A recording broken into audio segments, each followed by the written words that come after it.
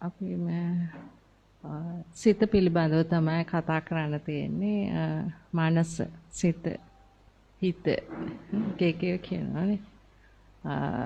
ඉතින් සිත කියන එක පිළිබඳව අපිට අවබෝධයක් නැහැ. ඒක ගැඹුරු අවබෝධයක් ලබා ගන්න ඕන දෙයක් මනස කියලා කියන්නේ. අපි අර උඩින් සකස් වෙන සිත තමයි අපිට මේ සියලු සත්‍ය වහලා තියෙන්නේ. ඒක තමයි අපි හරිත් කියලා හැම වෙලාවෙම හිතන්නේ. ඒ සිත තමයි. ඊන් එහාට දෙයක් අපි දකින්නේ ඒ මොකද දකින්න ඉඩ දෙන්නේ නැති තරමටම ඒ සිත බොහොම සංකීර්ණයි. ලෝකයක් හදනවා, මවනවා, ඒ තුල හිර කරනවා. එතකොට ආත්ම දෘෂ්ටියක් හැදෙනවා ඔබ තුල. ලෝකයක් තියෙනවා කියලා හිතෙන්න පටන් ගන්නවා. ඒකයිති කියලා හිතනවා. ඉන් එහාට දෙයක් හිතන්න, ඒක අතාරින්න, ඒක වැරදි කියලා හිතන්න හරි බයයි. ලොකු බයක් තියෙනවා, සැකයක් තියෙනවා. ඒක තමයි අපේ යථාර්ථය වහලා දාන උගලන්ගේ මිම්ම තමයි ඒක. මේක මෙතන එහාට දෙයක් හොයන්න ඕන නෑ කියන එක. නේද? එතකොට ඒ මුලාව තුල තමයි දැන් මේ සංසාරයක් කියන එකක් හැදිලා සංසරණය වෙමින් ඉපදෙමින් මැරෙමින් යන ක්‍රමවේදයකට අහු වෙලා යනවා. එතකොට එතන සත්ව පුද්ගල ස්වභාවයක් තියෙනවා. ඒ ඇරෙන්න යථාර්ථය තුල තියෙන්නේ මානසික ගමන් කිරීමක්, ශක්තියක්, කර්ම ශක්තියක් තියෙන්නේ. ක්‍රියාවලියක් තියෙන්නේ. ඒ ක්‍රියාවලිය අපිට අවබෝධ වුණොත් අපි අවබෝධ කරගත්තොත් ආධ්‍යාත්මය ඇතුලෙන් ඒක සැබෑවටම සිද්ධ වෙන්නේ මොකද්ද කියලා එතකොට අපිට මේකෙන් ගැලවිලා යන්න පුළුවන් වෙනවා. ඒක තමයි කරගන්න දෙන. හැබැයි ඒක ලේසි නෑ. ලේසි නැත්තේ දැන් අර උඩින් හැදෙන මනස මෙන්න මේ විදියට තමයි හැදෙන්නේ. මේක තමයි මේ බුදුරජාණන් වහන්සේ අපිට කිව්වේ මේ සිත මේ ත්‍රිපරිවට්ටයකට හැදෙනවා කියලා. ත්‍රිපරිවට්ටයක් කියන්නේ අධියර තුනකින් හැදෙන්නේ මේ සිත. මේ අරමුණක් මේ ඇස කන නාසය දිව ශරීරය කියන ඉන්ද්‍රයන් පහට බාහිර ලෝකයේ අරමුණු රූප ස්පර්ශ වෙනකොට සිත ආකාර තුනකට ගොඩ නැගිලා තමයි ලෝකයක් වෙන්නේ. අපිට කර්ම හැදෙන තැනට ගමන් කරන්නේ. ඒක අපි දන්නේ. අපි එහෙම හැදුන්නේ නැත්නම් අපි ඔය එළියේ කතා කරන ඒවා එළියේ කරන ක්‍රියාවන් සිද්ධ වෙන්නේ නැහැ. ඒ විදිහට සිත සකස් වුණේ නැත්නම්. දැන් ඒක දන්නේ නැහැ නේද? ඒක දන්නේ නැහැ ඔයගලන් එහෙම හැදෙන එකක් කියලා දන්නේ නැහැ. ඒ හැදුනම ඒ සිත තමයි ඔයගලන්ගේ මුළු ලෝකය. මින් එහාට දෙයක් ඔයගොල්ලෝ දන්නේ නැහැ. ඒක හැදෙන්නෙත් අන්තයකට බර වෙලා තමයි හැදෙන්නේ සිත. හැම වෙලාවෙම. එතකොට ඒ අන්තයකට සකස් වෙන සිතට තමයි ඊට පස්සේ බැඳිලා යනවා. ඒක හරි කියන මතයට එනවා. ඊට පස්සේ ඒක දිගේ යන ස්වභාවය තියෙනවා. එතකොට කර්ම හදා ගන්නවා. ඔය ඔක්කොම බැඳීම් සිද්ධ වෙන්නේ බාහිර ලෝකයේත් එක්ක ගනුදෙනු කරන්නේ එහෙමයි. අපි බාහිර ලෝකයේත් එක්ක ගනුදෙනු කරන ක්‍රමවේදය තමයි අපි අතුලාන්තයෙන් හොයා ගන්න ඕන. එතකොට අපිට මේ ප්‍රශ්නේ ගැලවිලා යනවා. දැන් අපිට හිතෙන්නේ බාහිර ලෝකය තමුන්ගේ කියලා නේද? අපි බාහිර ලෝකේ අපි දාගත්තු එක නෑදෑකම් අනුව ඥාති සම්බන්ධතා අනුව අපි හිතනවා බාහිර ලෝකේ මගේ මට අයිති මම කියලා. මම මගේ මට අයිති කියන සංකල්ප ගොඩ නැගිලා තමයි මේ ලෝකයක් කියන එකක් උගුලන් තුල හදාගෙන මේ යන්නේ. ඉතින් අපි මේකේ යථාර්ථය හොයන්න ගියාම මේ විදිහට සිත වට්ට තුනකින් හැදුනට ඒක අපිට තේරෙන්නේ නැහැ. අපිට අවසාන කොටස තමයි තේරෙන්නේ දුකක් හැදෙනවා, පීඩාවක් තියෙනවා, නොසන්සුන් වෙනවා. ඒක ඇතුලේ තරහව, ඊර්ෂ්‍යාව, ක්‍රෝධය, වෛරය, මාන්නය, පලිගන්න ස්වභාවය ඒව තියෙනවා. එතකොට අන්න ක්‍රියාව වචනය නපුරු වෙනවා. ක්‍රියාව නපුරු වෙනවා කියන්නේ අකුසලයට බර වෙනවා. මොකද හැදුනේ මාන්තයකට බර වෙලා හැම වෙලාවෙම සිත. ඒක නිසා වැරදි පැත්තට තමයි සිත ගමන් කරන්නේ හැම වෙලාවෙම. ඒ තුල කෙලෙස් දියුණු වෙනෝ එන්න ලෝභය, ද්වේෂය, මෝහය දියුණු වෙවි. ඒක තුල කර්ම හද මේකෙන් ගැලවෙන්න කිසිම කැමැත්තක් ඇති නොවන පැත්තට තමයි ජීවත් වෙනවා කියලා කියන්නේ. දැන් ඔයගොල්ලෝ නිවන් දකිනවා කොහොම කැමති නෑ නේද? දැන් ඔය මේ සාමාන්‍යයෙන් නේද හිතයට නිකන් තියෙන පොඩි ශක්තියක් නේද? නිකන් සුවයක් නෑ නේ නිවන් දකිනවා කිව්වම. ඒකයිනේ දැන් ඔයගොල්ලෝ පින්කමක් කරනවා කොහම හරි සුවයක් තියනවා නේද? මාත් සහභාගී වෙන්න ඕනේ, ඒකට යන්න ඕනේ, එහෙම කියලා. නිවන් දකින්න එන්න කිව්වම අපෝ ඉතින් බොරුනේ අනේ ඕක කරන්න පුළුවන් දේවල්ද? නිකන් බොරු වැඩ අන්න ඒ වගේ එකක් තියෙනවා. ඇයි ඒක කියන්නේ කවුද මේ? තමුන්ගේ ඇතුළාන්තයෙන්ම මේ මනසම තමයි කියන්නේ. ඒකට තමයි අර බුදුරජාණන්සේ දේශනා කරේ ලෝභය, ද්වේෂය, මෝහය. මෝහය තමයි තියෙන්නේ එතන, මුලාව තියෙන්නේ. එහෙම මුලා කරන ගතියක් තියෙනවා. එච්චරයි එයා දන්නේ. මුලා කළා එච්චරයි එයාට. ඉන් එහාට හරි දෙයක් කියලා දෙන්නෙත් නෑ ඇතුලෙන්. එච්චරයි එයා දන්නේ. ඕන්නේ නෑ. ඒවා සසර පැත්තට දේවල් තමයි එයා හදන්නේ. ඒක තමයි දැන් මේ අපිට වෙච්ච ප්‍රශ්නේ. දැන් මේ හැම කෙනෙකුටම වෙලා තියෙන ප්‍රශ්නේ ඒක තමයි. අපි අර මනස කලින් දාගෙන තියෙන ඒ දැනුමවල් තුලින් හොයාගන්න ඒ සැනසීම කියන එකක් ඒකට දාගෙන ඒ වචනෙට සැනසීම කියලා දාගෙන නැත්නම් සතුට කියලා දාගෙන නැත්නම් කැමැත්ත කියලා දාගෙන එහෙම ඒකේ තමයි ගමන් කරන්න තියෙන්නේ. දැන් ඔයගොල්ලෝ ඉන්න තැන එතන. දැන් ඔතන හරි කියලා තමයි හිතෙන්නේ. ඔක හරි. අපි හොඳ කට්ටිය අපි හොඳ වැඩ කරගෙන ජීවත් වෙනවා. ඉතින් අපි රස්සාවල් කරගෙන ඉගෙන ගත්තා. අපි දුක් මහන්සි වෙලා රස්සාවල් කරා, විභාග පාස් කරා. ඊට පස්සේ කසාද බැන්දා. දැන් අපිට දරුවෝ ඉන්නෝ. දැන් ඉතින් අපි ජීවිත ගත කරන්න ඕන. අපිට ප්‍රශ්න තියෙනවා. ඒව විසඳ ගන්න ඕන. ඒන් එහාට නැහැ නේද? මේක ඉවර කරන්න ඕන කියන එකක් එන්නේ නැහැ නේද? ඒකත් මේකෙන්මයි හදන්නේ. එතකොට දැන් මෙන්න මේ ස්වභාවයන් තුල දැන් ඔයගලන්ට සීපත් වෙන්න ඕන. හා එහෙනම් අපිට තව එකක් තියෙනවද කරන්න? ඒ කියන්නේ මේ වැර තව තියෙනවද අපිට කරන්න? මොකද මේක දැන් අපි අතීතය දකින්නෙත් නෑ. අපි කොහොම හිටියද කියලා. අනාගතය දකින්නත් බෑ. අපිට හැකියාවක් නෑ. අපි ඊළඟට වෙන්නේ මොකද්ද කියන එක ගැන.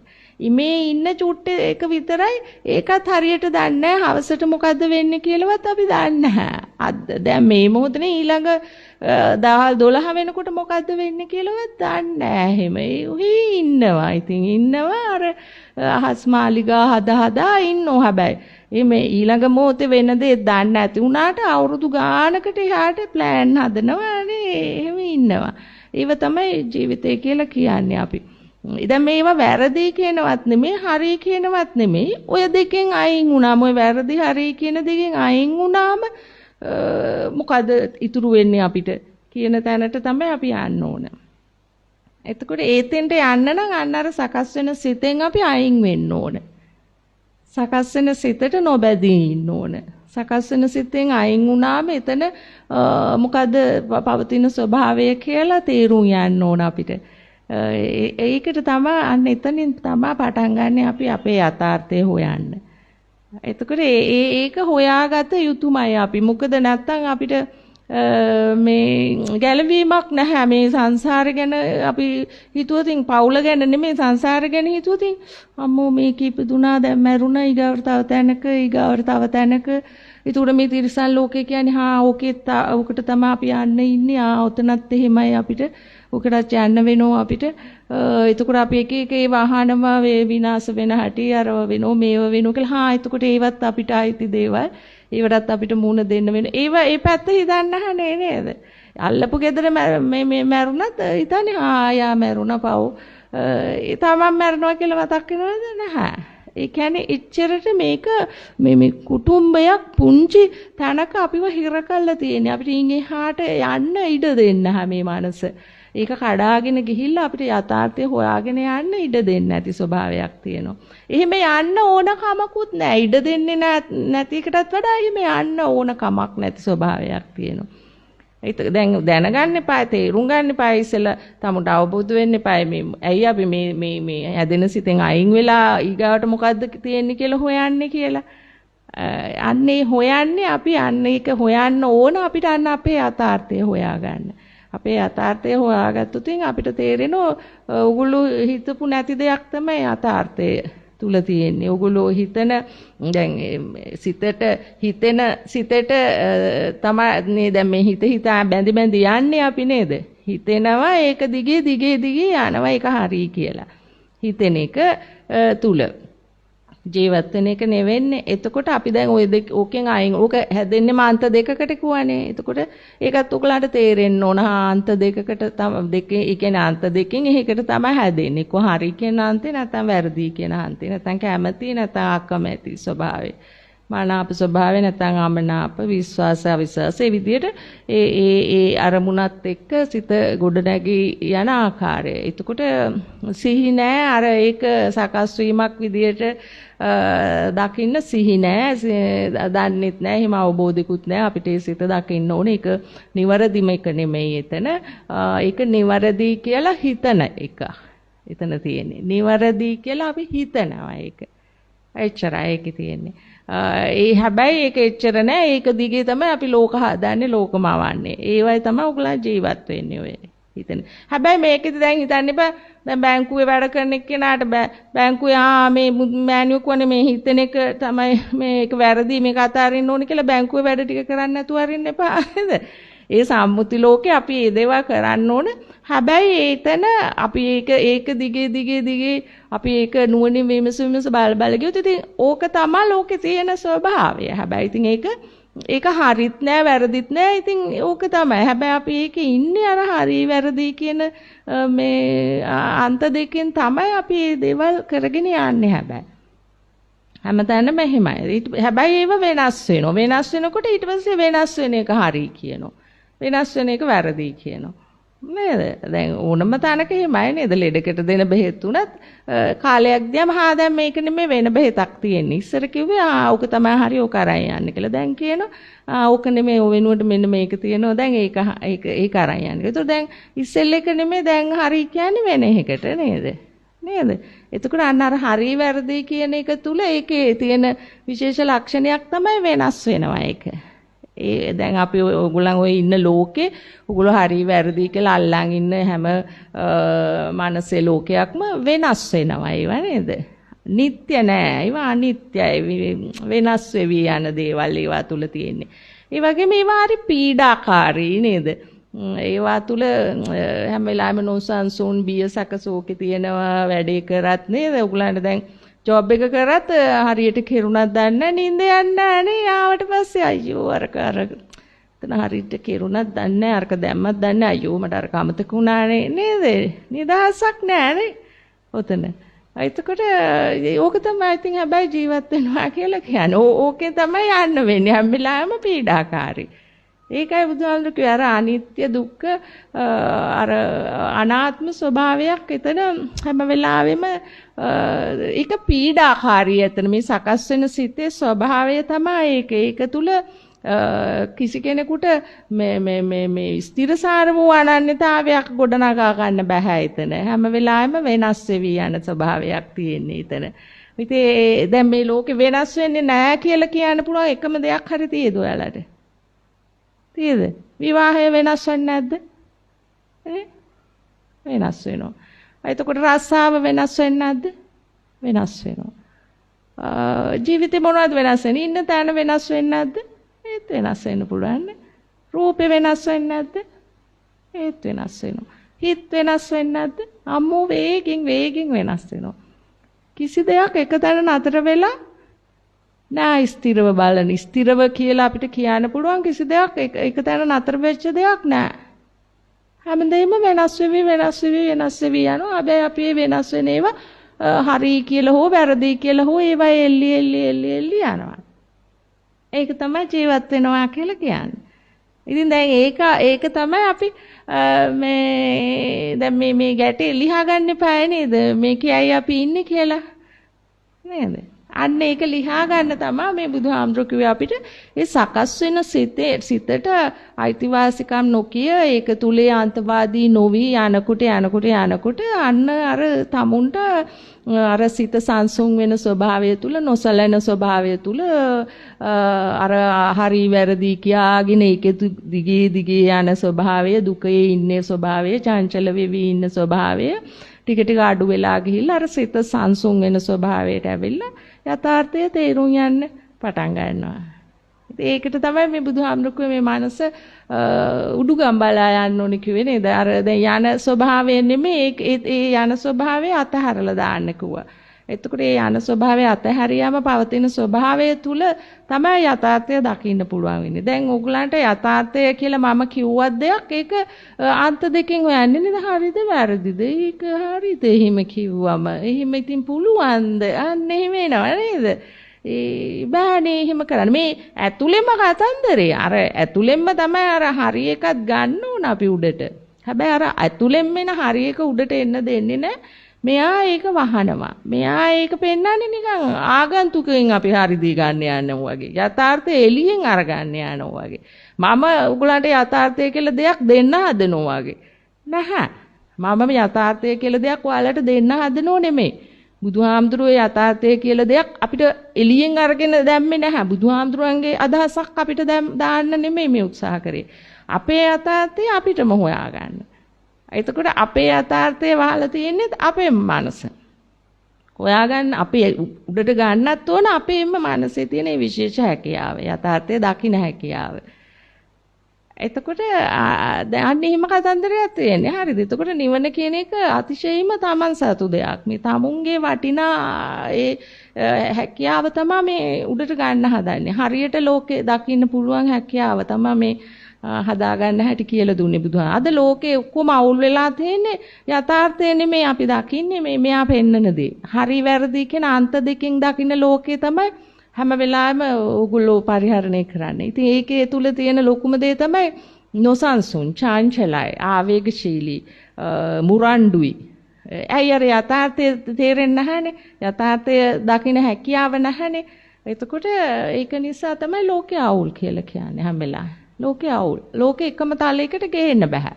මෙතන ඉන්න ඔක්කොම ටික එකට එකතු කරලා බැලුවොත් මම යම් දෙයක් කිව්වොත් ඒක ගැන එක එක්කෙනාට එක අර දෙකේ ඉන්නේ. ඔයා හරි කියනවා, මෙයා වැරදි කියනවා, අරයා හරි කියනවා, අරයා වැරදි කියනවා, අරයා දන්නේ නැහැ කියනවා. ඒ දන්නේ නැහැ කියන්නේ ඉතින් මොකද්ද?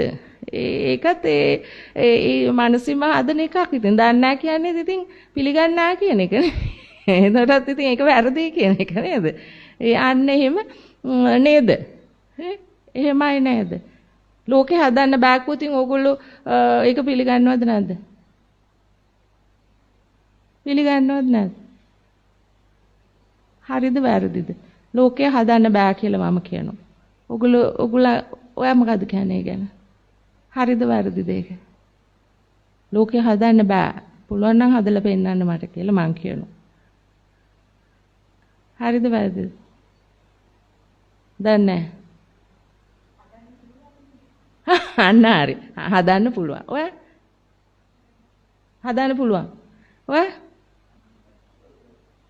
ඔය විශාල හදනවා කියන්නේ අපිට ඕන විදියට පවතින්න. ඒ කියන්නේ හරිම විදියටම ඉන්නවද ඉන්නවද? ඔය හදන්න බෑ. ඔය බෑ. අරගල නදීක බෑ. රුව බෑ. හදන්න බෑ කියන්නේ අන්තයක් නෙමෙයි.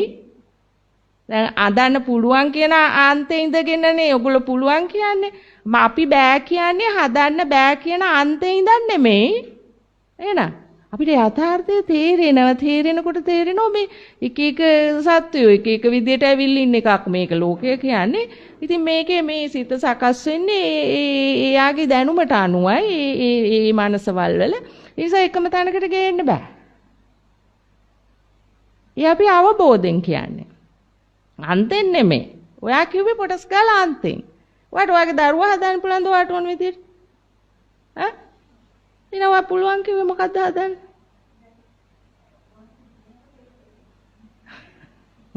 ඒකද එතකොට දැන් මම ඉන්න තැන මේ මාත් එක්ක කතා කරනකොට එකපාරටම අන්තෙන් උත්තර දෙන්න පටක් ගාලා ඉතින් මම අන්තෙට ගිහිල්ලා මේ උත්තරයක් දෙන්න යන්නේ කියලා. ඒක පරිස්සම් වෙන්න. හරිද? මොකද ඔයගොල්ලෝ උත්තර හැබැයි හොඳයි එහෙම කිව්ව එක. මොකද ඔයගොල්ලන්ට හැම වෙලාවෙම මේ තට්ටුවක් දෙන්න වෙනවනේ. එතකොට අර හරි තැනට යන්න. ඉතින් තට්ටුවක් නොදී කෙලින්ම යන්න පුළුවන් තැනට යන්න නම් අන්න මේක පුරුදු කරන්න ඕන. මනසෙන් අයින් වෙලා. ඔයා වැඩ ගත්තේ මේකෙන්. මේකේ තුල හිතෙනවා ඉතින් ඒකනේ දඟලන්නේ කවුරුත් නේ ලෝකේ හදන්නනේ. දඟලනවනේ පුදුම දඟලෙල්ලක් නේ දඟලන්නේ මිනිස්සු දැන් මේ ලෝකේ හදන්න. ඉතින් ඔයත් හිතුවා හදන්න පුළුවන් මුන්. එකෙක් මරනකොට තව 10ක් බිහි වෙන ඕරු. එකෙක් ඉරේ යවනකොට තව කීයද? තව අල්ලගන්න බැරි වුණු හොරු කීයක් ඉන්නවද? එක හොරෙක් අපි යවන්න try කරොත් කොහොම ටික එකතු වෙලා කොහොම හරි යවනවා. යවුවත් එනවා ඌ එළියට.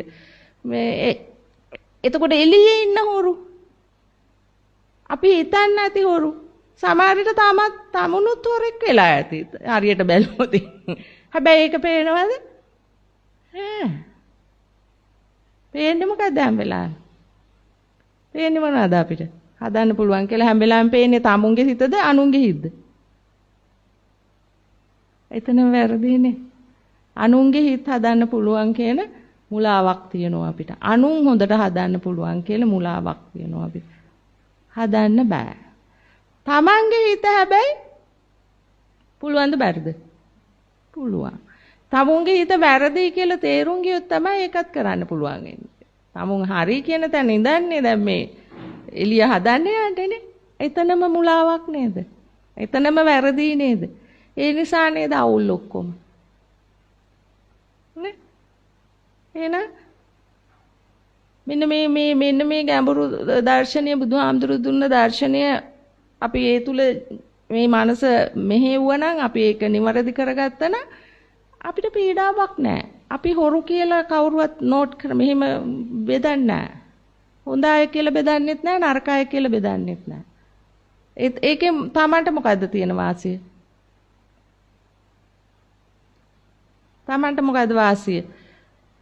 ඔය ඇවිල්ලා කියනවා අන්නහවලා හොරකම් කළා එමෙ කියලා. ඒකට මට ඒක නෑ. මට එහෙම එකක් නෑ.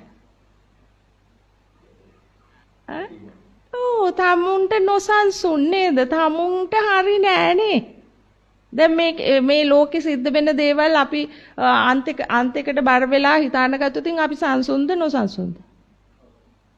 දැන් ඒකෙන් වැඩක් තියෙද? ඔයාට වැඩකුත් නෑ. ඒ නොසන්සුන් වෙච්ච තැන සංසුන් කරන්නත් බෑ. වෙන්නෙත් නෑ ඔයා නොසන්සුන් වුණා කියලා.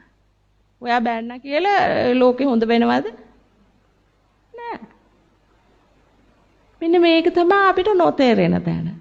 අපි හිතන විදියට ලෝකෙ හදන්න පුළුවන් කියලා. ඒක තමයි මේ අන්ත දෙකට සකස් වෙලා කරන්නේ හැම වෙලාවෙම. ඒකෙන් වෙන්නේ අපිට සංසාරේ ඉවරයක් නැතුව ඉපදෙමින් මැරෙමින් යන්න වෙනවා. මෙන්න මේ අවුල තමයි අපිට බොහොම මේ සීරුවට මෙතේරුම් ගන්න තියෙන්නේ, අවබෝධ කරගන්න තියෙන්නේ. ඒක අවබෝධ කරගන්න නම් ඉස්සෙල්ලා අපි ඥානය උපද්ද ගන්න වෙනවා අපිට. ඒ දැකීමේ හැකියාව. ඒ හැකියාව උපද්ද ගන්න නම් අපි මේ හරි වැරදි කිය යන ලෝකෙන් අයින් වෙන්න වෙනවා අපිට. ඒක අතහරින්න වෙනවා. එළියේ නෙමෙයි, ඇතුලේ.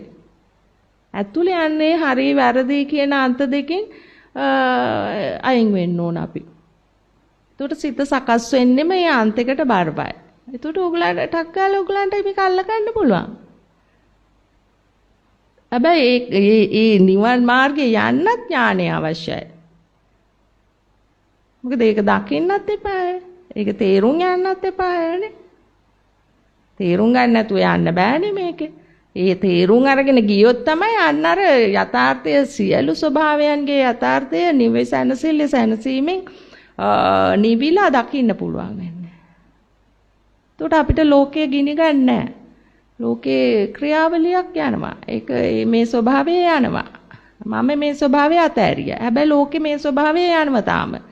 ඉතින් ඒගොල්ලෝ තනිව අතහැරියේ නැත්තම් ඒව එහෙම තමයි යන්නේ. ඒව හදන්න බෑ වේදිකාවල කෑ ගැහුවා කියලා ඒව හදන්න බෑ. හදන්න. එතනම ඇති ඒ අන්තවල යන්නේ උන්. එතනම ඉන්නවා එයා කියන එක හරි කියන අයත් ඉන්නවා වැරදි කියන අයත් ඉන්නවා. හැබැයි පෙන්නනවද ඒක? නෑනේ. එකම තැනකට ගේන්න බෑ මනසවල්. ගේන්න පුළුවන් පෘථග්ජන ලෝකේ බෑ. ඕකෙන් මිදුනොත් ඔක්කොම මනසවල් එකයි. අර දැන් ලෝකේ හදන්න බෑ කියලා ඒ කිව්වේ යන්නේ ඒගොල්ලෝ දැන් ක්‍රමයෙන් මේක යථාර්ථය අවබෝධ කරගෙන යනවා. ඒක කරන්න බැරි වැඩක් කියලා. හැබැයි ඒක අවබෝධ කරගන්න නොගත්තු අය ඔක්කොම හිතනවා ලෝකේ හදන්න පුළුවන් කියලා. හැබැයි තමන් හැදිලා නැති නිසායි ලෝකේ හදන්න පුළුවන් කියලා හිතන්නේ. තමන් හැදිලා නම් ලෝකේ හදන්න පුළුවන් කියලා හිතන්නේ නැහැ. මොකද එයා දන්නවා මං හදාගත්ත විදියට මේක හදාගත්තේ නැත්තම් ඉතින් ඒගොල්ලන්ට මෙතෙන්ට එන්න බෑ කියලා. දැන් මම දකින්න විදියට ලෝකය දකින්න බැහැනේ දැන් මේ අවුල් සහගත කට්ටියට. ඒගොල්ලෝ දකින්නේ ඒගොල්ලන්ගේ අන්ත දෙකේ සීමාවෙ ඉඳගෙන. හැබැයි අන්ත දෙකේ සීමාවෙ ඉඳගෙන කවදාවත් ප්‍රශ්න විසඳන්න බෑ කියලා බුදුහාමුදුරුවෝම දේශනා කළා තියෙනවා. ඒක තමයි ලෝකේ තියෙන පරම සත්‍යය. බුදුහාමුදුරුවෝ දේශනා කළ ලෝකය හදන්න බෑ. තම තමන්ට හැදෙන්න පුළුවන් කියන කතාව. දැන් ඒක හරිද වැරදිද කියලා තමුන් අත්දකින්න ඕන මේ සිතෙන් අයින් වෙවි. මේ හරි වැරදි කිය මේ වටේ යවන මේ සිතෙන් අයින් වෙන්න ඕන අපි. එතකොට අපිට ලෝකයේ කිසි ප්‍රශ්නයක් නැහැ. ප්‍රශ්න තියෙනවා හැබැයි අපිට ප්‍රශ්නයක් නැහැ ඒවා. ප්‍රශ්න තියෙන්නේ කාටද මේකේ යන අයට. මේකේ යන අයට ප්‍රශ්න තියෙනවා හැමදාම. අපිට ප්‍රශ්න නැහැ. අපි දුෂ්ටයිද? මේ අපිට ප්‍රශ්න නැත්තේ. අදම මිනිස්සු මුන්ට මේ කිසි දුකක් තේරෙන්නේ නැහැ නේ මේක. එහෙමද? ඕගොල්ලෝ හරි හොඳ මිනිස්සු. ඔයගලන්ට දුක තේරෙනෝ ඒවා ප්‍රශ්න තමයි ඒවා හදන්න ඕන කියලා තේරෙනෝ ඒවට බනිනෝ හදන්න යනෝනේ. ඒගොල්ලෝද හරි මමද හරි? අය දෙන්නකින් කියන්නේ ඔයා ඉන්න තැන ඒ කියන්නේ අපි ලෝකය හදාගෙන මේව කරගෙන එහෙම ඉන්න ඕන කියන එකද හොඳ දේ නැත්නම් මම ඉන්න තැනට ඇවිල්ලා මේ විදියට ඉන්න එකද හොඳ? එහෙනම් ඔයාටත් ඒකද? අන්න එතෙන්ට එන්න නම් ඉතින් මේ දේ කරන්න ඕනේ. ඇත්තටම මෙතන තමයි හොඳම තැන. මොකද අපි කොච්චර ඕවයි දැඟලුවත් අපිට හිමි වෙන්නේ උතන අපේ ජාති ජරා ව්‍යාධි මරණ ස්වභාවය තුල සංසාරයක් විතරයි. අපි අපේ ජාති ජරා ව්‍යාධි මරණ ස්වභාවය ඔය තැන්වල හිටියයි කියලා පොඩ්ඩකටවත් නවතිනවද? නෑ. ඒක යනවා වේගෙන් ගලාගෙන යනවා. ඊට පස්සේ මෙතනින් චුත වෙනවා තව තැනකට යනවා. එතනින් ඒකේ කර්ම එකතු කරනවා. ඊගාට එතනින් චුත වෙනවා තව තැනකට යනවා. එතනින් චුත වෙනවා තව තැනකට යනවා. අපිට අපිට හද ඉන්න තැනක් තියෙද ස්ථිරසාර වූ නෑ. අපිට එහෙම හද ඉන්න තැනක් නෑ. හද අපිට කරන්න වැඩක් නැහැ. හැබැයි ඉතින් අපිට මේ ක්‍රමවේදය තුල අපි මෙතෙන්ට එනකන් අපිට යම්සි වගකීමක් තියෙනවා කර්මානුරූපව ලැබිච්ච දේවල් වලට අපිට ඒවට අපේ වගකීම් ඉෂ්ට කරන්න ඕන. හැබැයි ඒ ගමන් අපි මේ නිවැරදි මේවික තුල ගමන් කළා බුදුහාමුදුරුව අපිට දේශනා කර මේ චතුරාර්ය සත්‍ය අවබෝධය කියන කාරණාව තමයි ඒක තුල තියෙන්නේ. ඒක තුල ඉඳගෙන අපි අර දේවලුත් කරන්න ඕන මට්ටමින් ඊට පස්සේ තමයි නැතුව ඉතින් කවුරුත් එන්නේ නෑනේ නිකන් කෙලීම් එන්නේ නෑනේ මං ආවේ නිවන් දකින්නයි මං බඳින්නේ නෑ ඉගෙන ගන්න නෑ රසවා කරන්නේ නෑ මං හරියම්බ කරන්නේ නෑ ගෙවල් දොර හදන්නේ නෑ මට ඕව බෑ මං නිවන් දකින්නමයි ආවේ කියාගෙන එනවද නෑ අපිට ඕවත් කරගෙන ගමම්ම තමයි ඒ තුලින් තමයි ඒකත් කර්මානුරූපවයි අපිට ලැබෙන්නේ අපිට නිවනට උදව් කරන විදිහ ඒව ලැබෙනවනම් ඒක කුසලයක් අපේ ඒකත් හොඳ අපි කරපු ඒ හොඳ ක්‍රියාවක ඵලයක් අපිට නිදහසේ නිවහල්ව ඉඳගෙන වැඩි කරදර දුක් පීඩා නැතුව නිවන් අවබෝධ කරගන්න පුළුවන් වෙනවා බාධා මැද්දෙත් කරගන්න වෙනවා ඒක එක්කිනාගේ කර්ම ශක්තිය අනුව ඉතින් තමුන්ට මේ බාධාවල් තිබුණයි කියලා කිසි ප්‍රශ්නයක් නැහැ මේ නිවන් අවබෝධය කියන කාරණාවට යන්න. මොකද ටිකක් අමාරුයි නමුත් කරගන්නම වෙනවනේ. ඉතින් ඊට වඩා තව කරදර ගොඩක් තමයි ඊළඟට ලැබෙන්නේ නේද?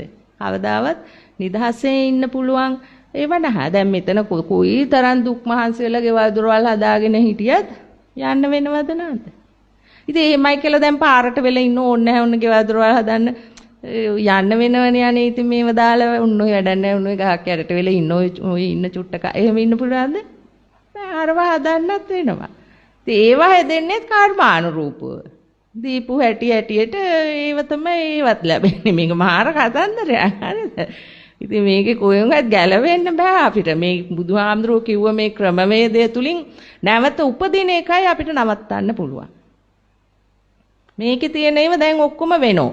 ජාති ජරා ව්‍යාධි මරණ මේකේ නතර කරන්න බෑ අපිට. දැන් වෙලානේ තියෙන්නේ ජරා ව්‍යාධි මරණ ඒව ඔක්කොම කර්මානුරූපව අපිට මේක නවත්තන්න බෑ. හැබැයි අපිට ඊළඟ එක නවත්තන්න පුළුවන්.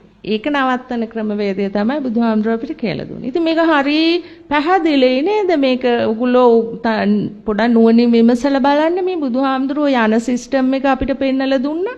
ඒකෙන් ගැලවෙන සිස්ටම් එක පෙන්නලා දුන්නා. ගැලවීමම තමයි යන එක නතර කිරීම. ඒක එච්චරයි කරන් තියෙන්නේ. නැවත උපතක් කරා යන්න හේතු වෙන කාරණා තමයි අපි නැති කරන්න ඕන. ඒක නැති කරන විදිය තමයි දැන් ඔය සකස් වෙන සිතෙන් අයින් වෙන එක. සකස් වෙන සිතෙන් තමයි අපි ලෝකේ හදාද මේ ලෝකෙට බැඳි යන්නේ. එතකොට අපිට ගැලවෙන ඥාණය පහළ වෙන්නේ නැහැ. ඒක තමයි ලොකුම ප්‍රශ්නේ. අපිට යථාර්ථය තේරුම් ගන්න හැකියාව අපේ ඇතුළාන්තයෙන් උපදින්නේ නැහැ උතන හිටියම. තොනේ හැම වෙලාවෙම අන්තිකට දැන් ඔයගොල්ලෝ උදාහරණෙන්න පෙන්වලා දුන්නා. ඔයගොල්ලන් අන්තිකට වැඩ කරන්න හැටි නේද? එතකොට එතනින් අයින් වුණ තැනයි සැබෑ තැන තියෙන්නේ. ඉතින් මුළු ඔෆිස් එකම අන්ත දෙකෙන් අයින් වෙලා යථාර්ථය තුල ඉඳලා බැලුවොත් ලෝකේ ප්‍රශ්න තියෙද? නෑ. හැබැයි ඔක්කොමලා අවංකව හුදුට වැඩ කරනවා. ඒ හොරකම් කරන්න බෑනේ අරකේ. අරකේ හොර හිතක් පහළ වුණා ඒක අතෑරියානේ. ඒතර හොරකම් කරන්න බෑ කාටවත්ම. ඒ කවුරුත් හිත දකින්නවනේ හොර හිත දකින්නවනේ කවුරුත්නේ. ඒතර හොරකම් නෑ, මරකම් නෑ, චණ්ඩිකම් නෑ.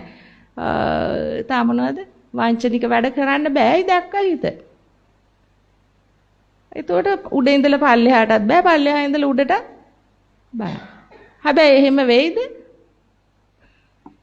එහෙම වෙන්නේත් නැහනේ. ඒකනේ ප්‍රශ්නේ. ඇයි? තනිව කරගන්න ඕන දෙයක් නිසා මේක.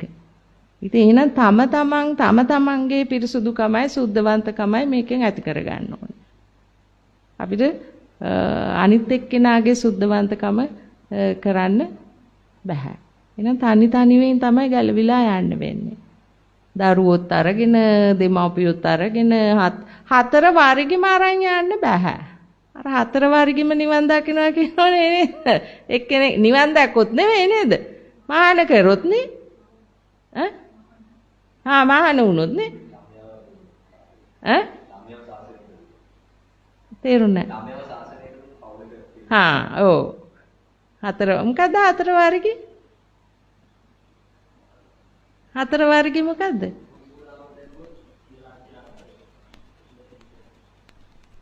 මවගේ පාර්ශවයේ දෙන්නයි පියාගේ පාර්ශවයේ දෙගොල්ලෝ. හතර දිනයි. ඔව්. කියන්නේ මවගේ පාර්ශවයේ දෙන්නයි. කියන්නේ සීයයි ආච්චි. පියාගේ පාර්ශවයේ සීයයි ආච්චි මං හිතට දන්න තරම.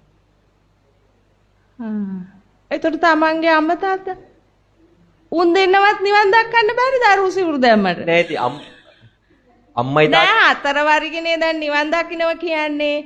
හරි දැන් ඔයාගේ පුතා මහාන කරා. ඔයා අම්මනේ. දැන් හතර වර්ගය කියන්නේ මේ අම්මගේ අම්මයි තාත්තයි මෙයාගේ තාත්තගේ අම්මයි තාත්තයි. දැන් උන් හතර දෙනා ගොඩ දැම්ම මේ ඉපදෙන්න උදව් කරේ උන් දෙන්න.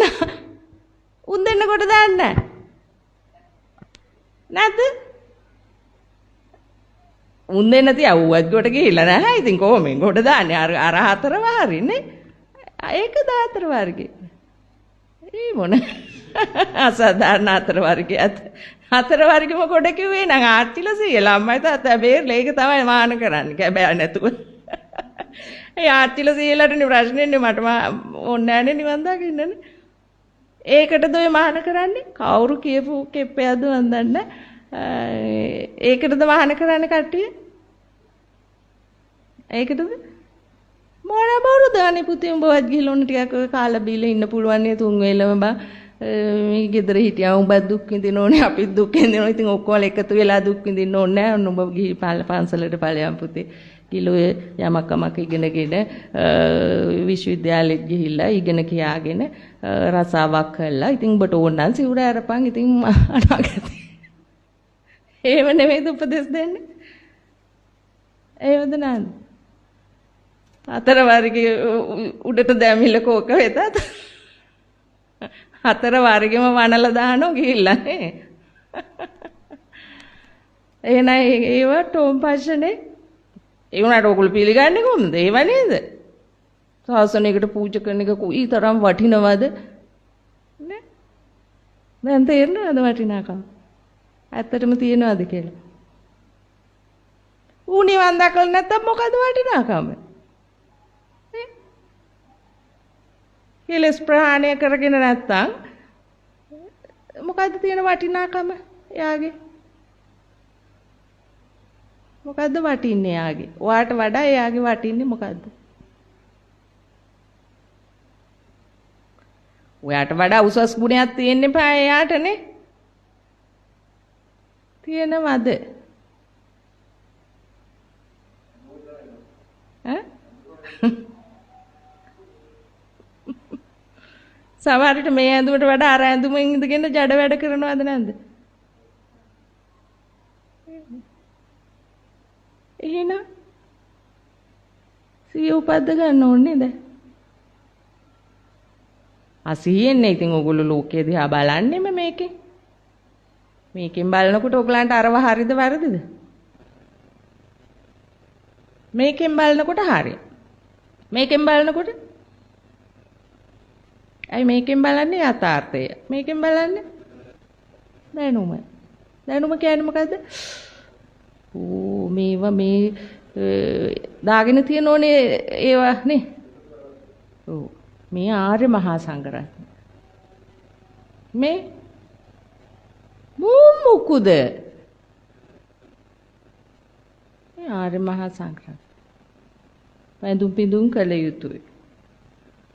දැන් බුදුහාමුදුරන්ගේ ආර්ය මහා සංඝරත්නය ඕකද? කවුද එහෙනම් බුදුහාමුදුරන්ගේ ආර්ය මහා සංඝරත්නය?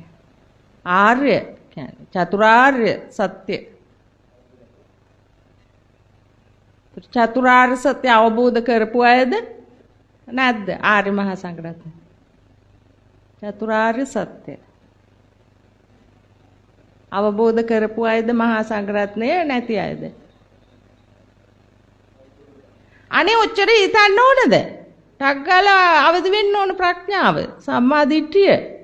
දැන් හොයන්නේ එහෙම නෙවෙයි තර්ක වලින් අර දැනුම වලටි කරන්නේ. එහෙම බෑනේ. මේව මොනවද මේව බානද? ඔන්න ඉතින් දෙකුණ දැන් රත් වෙලා නේද? දැන් හරි නෑ නේද? වට හරි නෑනේ. ඈ? වට හරි නෑනේ. ප්‍රශ්නයක් නේ. මොකද්ද ඔය? ආර්ය මහා සංඝරත්නය. ඔය හොයන්නේ ආර්ය මහා සංඝරත්නයද? මොකද්ද හොයන්නේ? හොඳ උත්තරයක් දුන්නේ. මොකද්ද හොයන්නේ? පොඩ්ඩක් අපි උදව් කරන්නම් හොයන එක පොඩ්ඩක් හොයාගන්න නේද? තනියම හොයන්න එපා. තාම මෑනියෝ කියන දේ මම අහගෙන ඉන්නවා මේ. තාම තේරුම් ගන්න යනවා. අමාරු තේරුම් ගන්න. අමාරු නැහැ. එහෙනම් අහගෙන යන් මට තියෙන ප්‍රශ්න මම කියන්නම් මෑනියන්ට. මං කියන දේ හරිද වැරදිද? හරි. ඒ කියන්නේ හරි කියලා කිව්වේ අවබෝධකින් නෙමෙයි නේද? නිකන් හරි වගේ. එහෙමනේ. ඔව් ඉතින් තාම තමුන් මේක දැක්කේ නෑනේ. තමුන්ගේ අර අන්ත දෙකෙන් අයින් වෙලා තමුන්ගේ සංසුන් මනස තුල තමුන්ගේ යථාර්ථය දැකීමේ හැකියාව අවදි වුණේ නෑනේ තාමනේ. ඔව්. අවදි වෙන්නේ නෑ. වෙන පාටකුත් නැද්ද? නෑ අවදි වෙනවා. තාම ඔළුවට වැටුන්නේ නෑ හරියට. ඔළුවට එන්නේ නෑ කොහොමද? මෙතෙන්ට එන්නේ.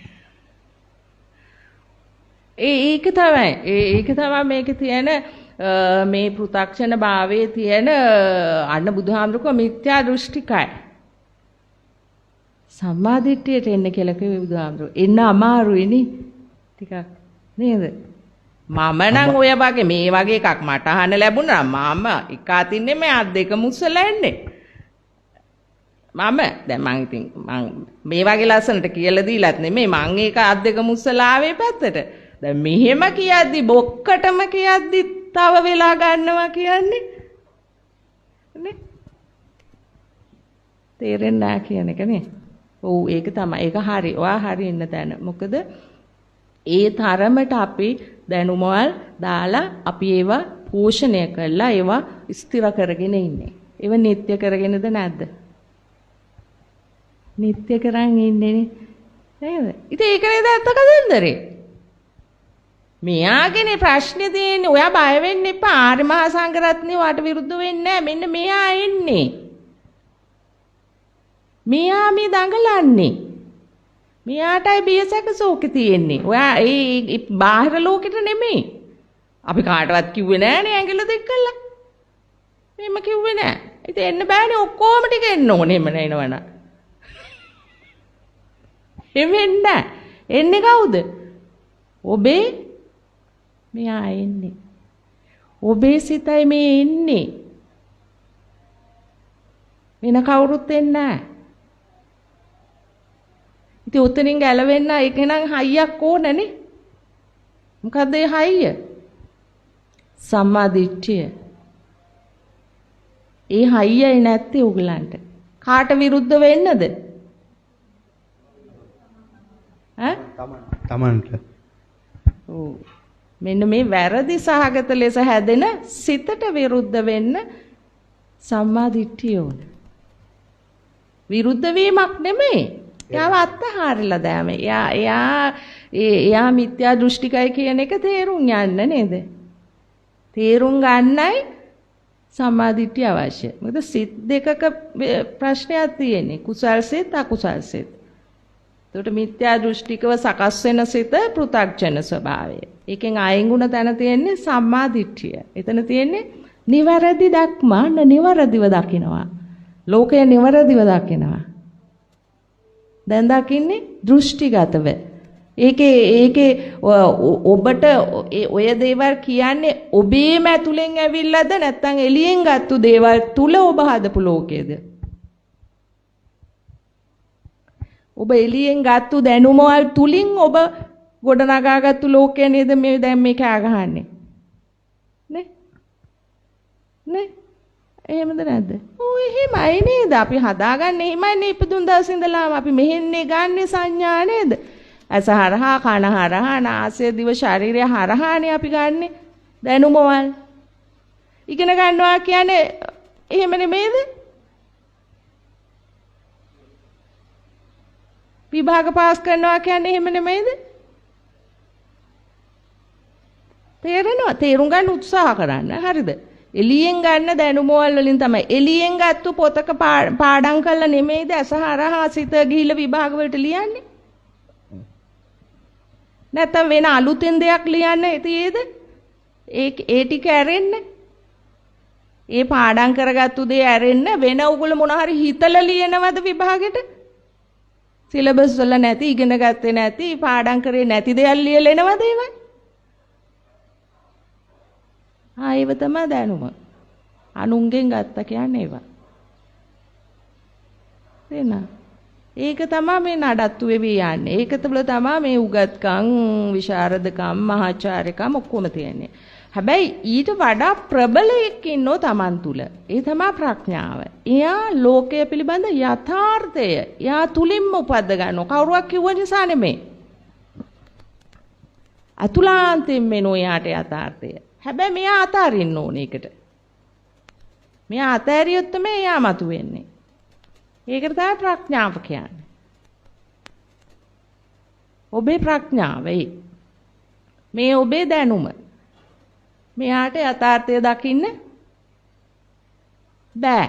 ඇයි මෙයා යථාර්ථය මෙයා ඒක තමයි මෙයා මෙහින් අරගෙන හදාගත්තු දේවල් තමයි මෙයා යථාර්ථය කියලා දකින්නේ. ඒක නෙමෙයි හැබැයි යථාර්ථය. ඒක සම්මුති ලෝකයේ තුල දෝලණය වෙන යථාර්ථයක්. ඒ කියන්නේ වෙනස් වෙන යථාර්ථයක්. ස්ථිරසාරවම තියෙන යථාර්ථයක් නෙමෙයි. එහෙම තේරෙනවද? එහෙම තේරෙනවද? වචන බර වැඩිද? කියනවා මම කියන දේම තේරුම් ගන්න උත්සාහ කරන්න. ඒ කියන්නේ ඒකට වෙන මොකුත් ආදේශ කරන්න එපා. එහෙම එකතු කරන්න යන්න එපා. අර පොතේ තිබ්බ මේ පොතේ එහෙම එපා. මේ කියන දේ විතරක්ම තේරුම් ගන්න උත්සාහ කරන්න. මොකද මෙයා මේකෙන් කියන්නේ? මං ගැනමනේ කියන්නේ ඉතින්. මගේ සිත ගැනනේ මෙයා මේ කියන්නේ. ඒකට උගලන්ගේ හිත අවදි වෙන්න ඕන. උගලන්ගේ ප්‍රඥා සිත අවදි වෙන්න ඕන. මේ ඇත්තනේ මගේ සිත මෙහෙමයිනේ සකස්. දැන් මේක දාලා යන්න ලෝභකම නේද තියෙන්නේ. දැන් ඔයා හිතුවත් මහා උනේ ඔක්කොම දැනුම වලනේ මං එළියෙන් ගත්ත දේවල්නේ මේ ඔක්කොම මං අදාගත්ත දේවල්. මගේ ඇතුලෙන් ඉපදුණු දේවල් නෙමෙයිනේ මේවා. නේ? එහෙම තේරෙනවද?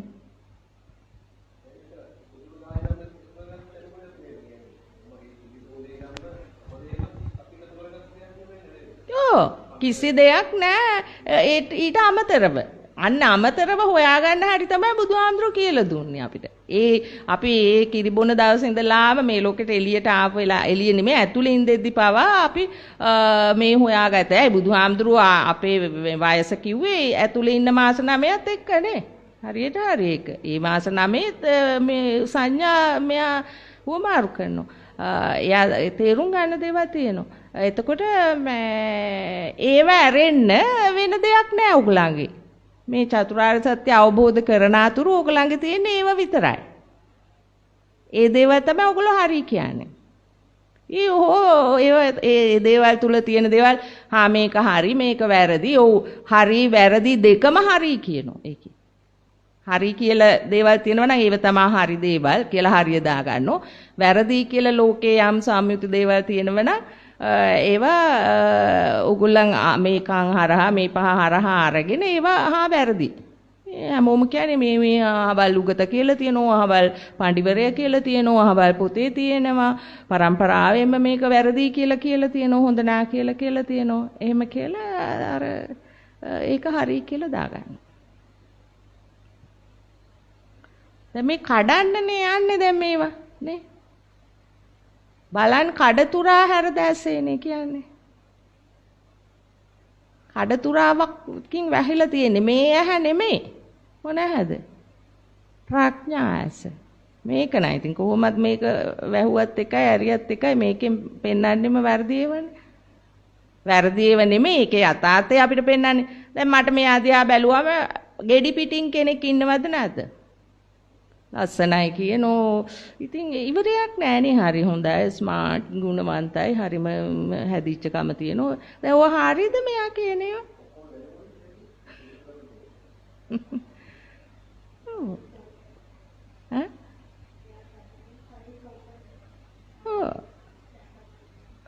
ඉතින් ඒවා හරියද නැද්ද ඔයගලන්ට? ඔයගොල්ලෝ කැමතිද මේ ෆයිල්ස් වහලා දාන්න?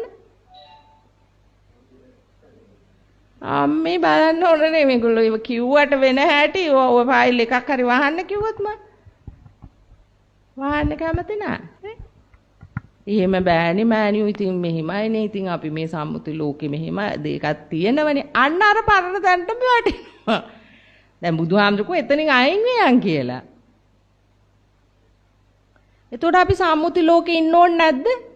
අපි නිකන් වෙනමම අමුතුම જાතියක් වෙන්න ඕනද? නෑ. හොඳම જાතිය වෙනවා. දැන් ඉන්නේ හොඳ නරක දෙකේනේ. හොඳම જાතිය වෙනවා. ඇයි? කාටවත්ම කරදරයක් නෑ. මහා පොළවටවත් බර නෑ. එයා. ඕගොල්ලෝ බරද නැද්ද? එමේ තම තමන් හරිද? ඉතින් බර නැති අයත් බර නැති වේගෙන යන අයත් ඉන්නෝ. ඉතින් බරම අයත් ඉන්නෝ.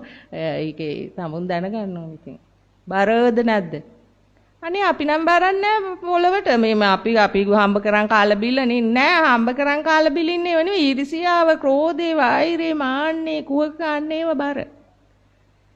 අනුන් ගැන හිතන විදිය, අනුන්ට නිඳා අපහාස කරන්නේ අය පොළවට බරක්ද නැද්ද?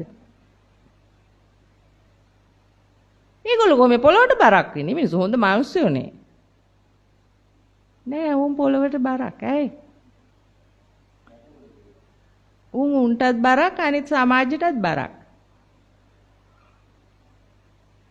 තේරෙනවද? එහෙම වෙන්නේ කොහොමද? එහෙම තමයි වෙන්නේ.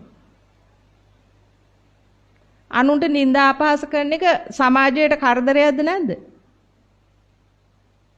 කරදරයක්ද නැද්ද?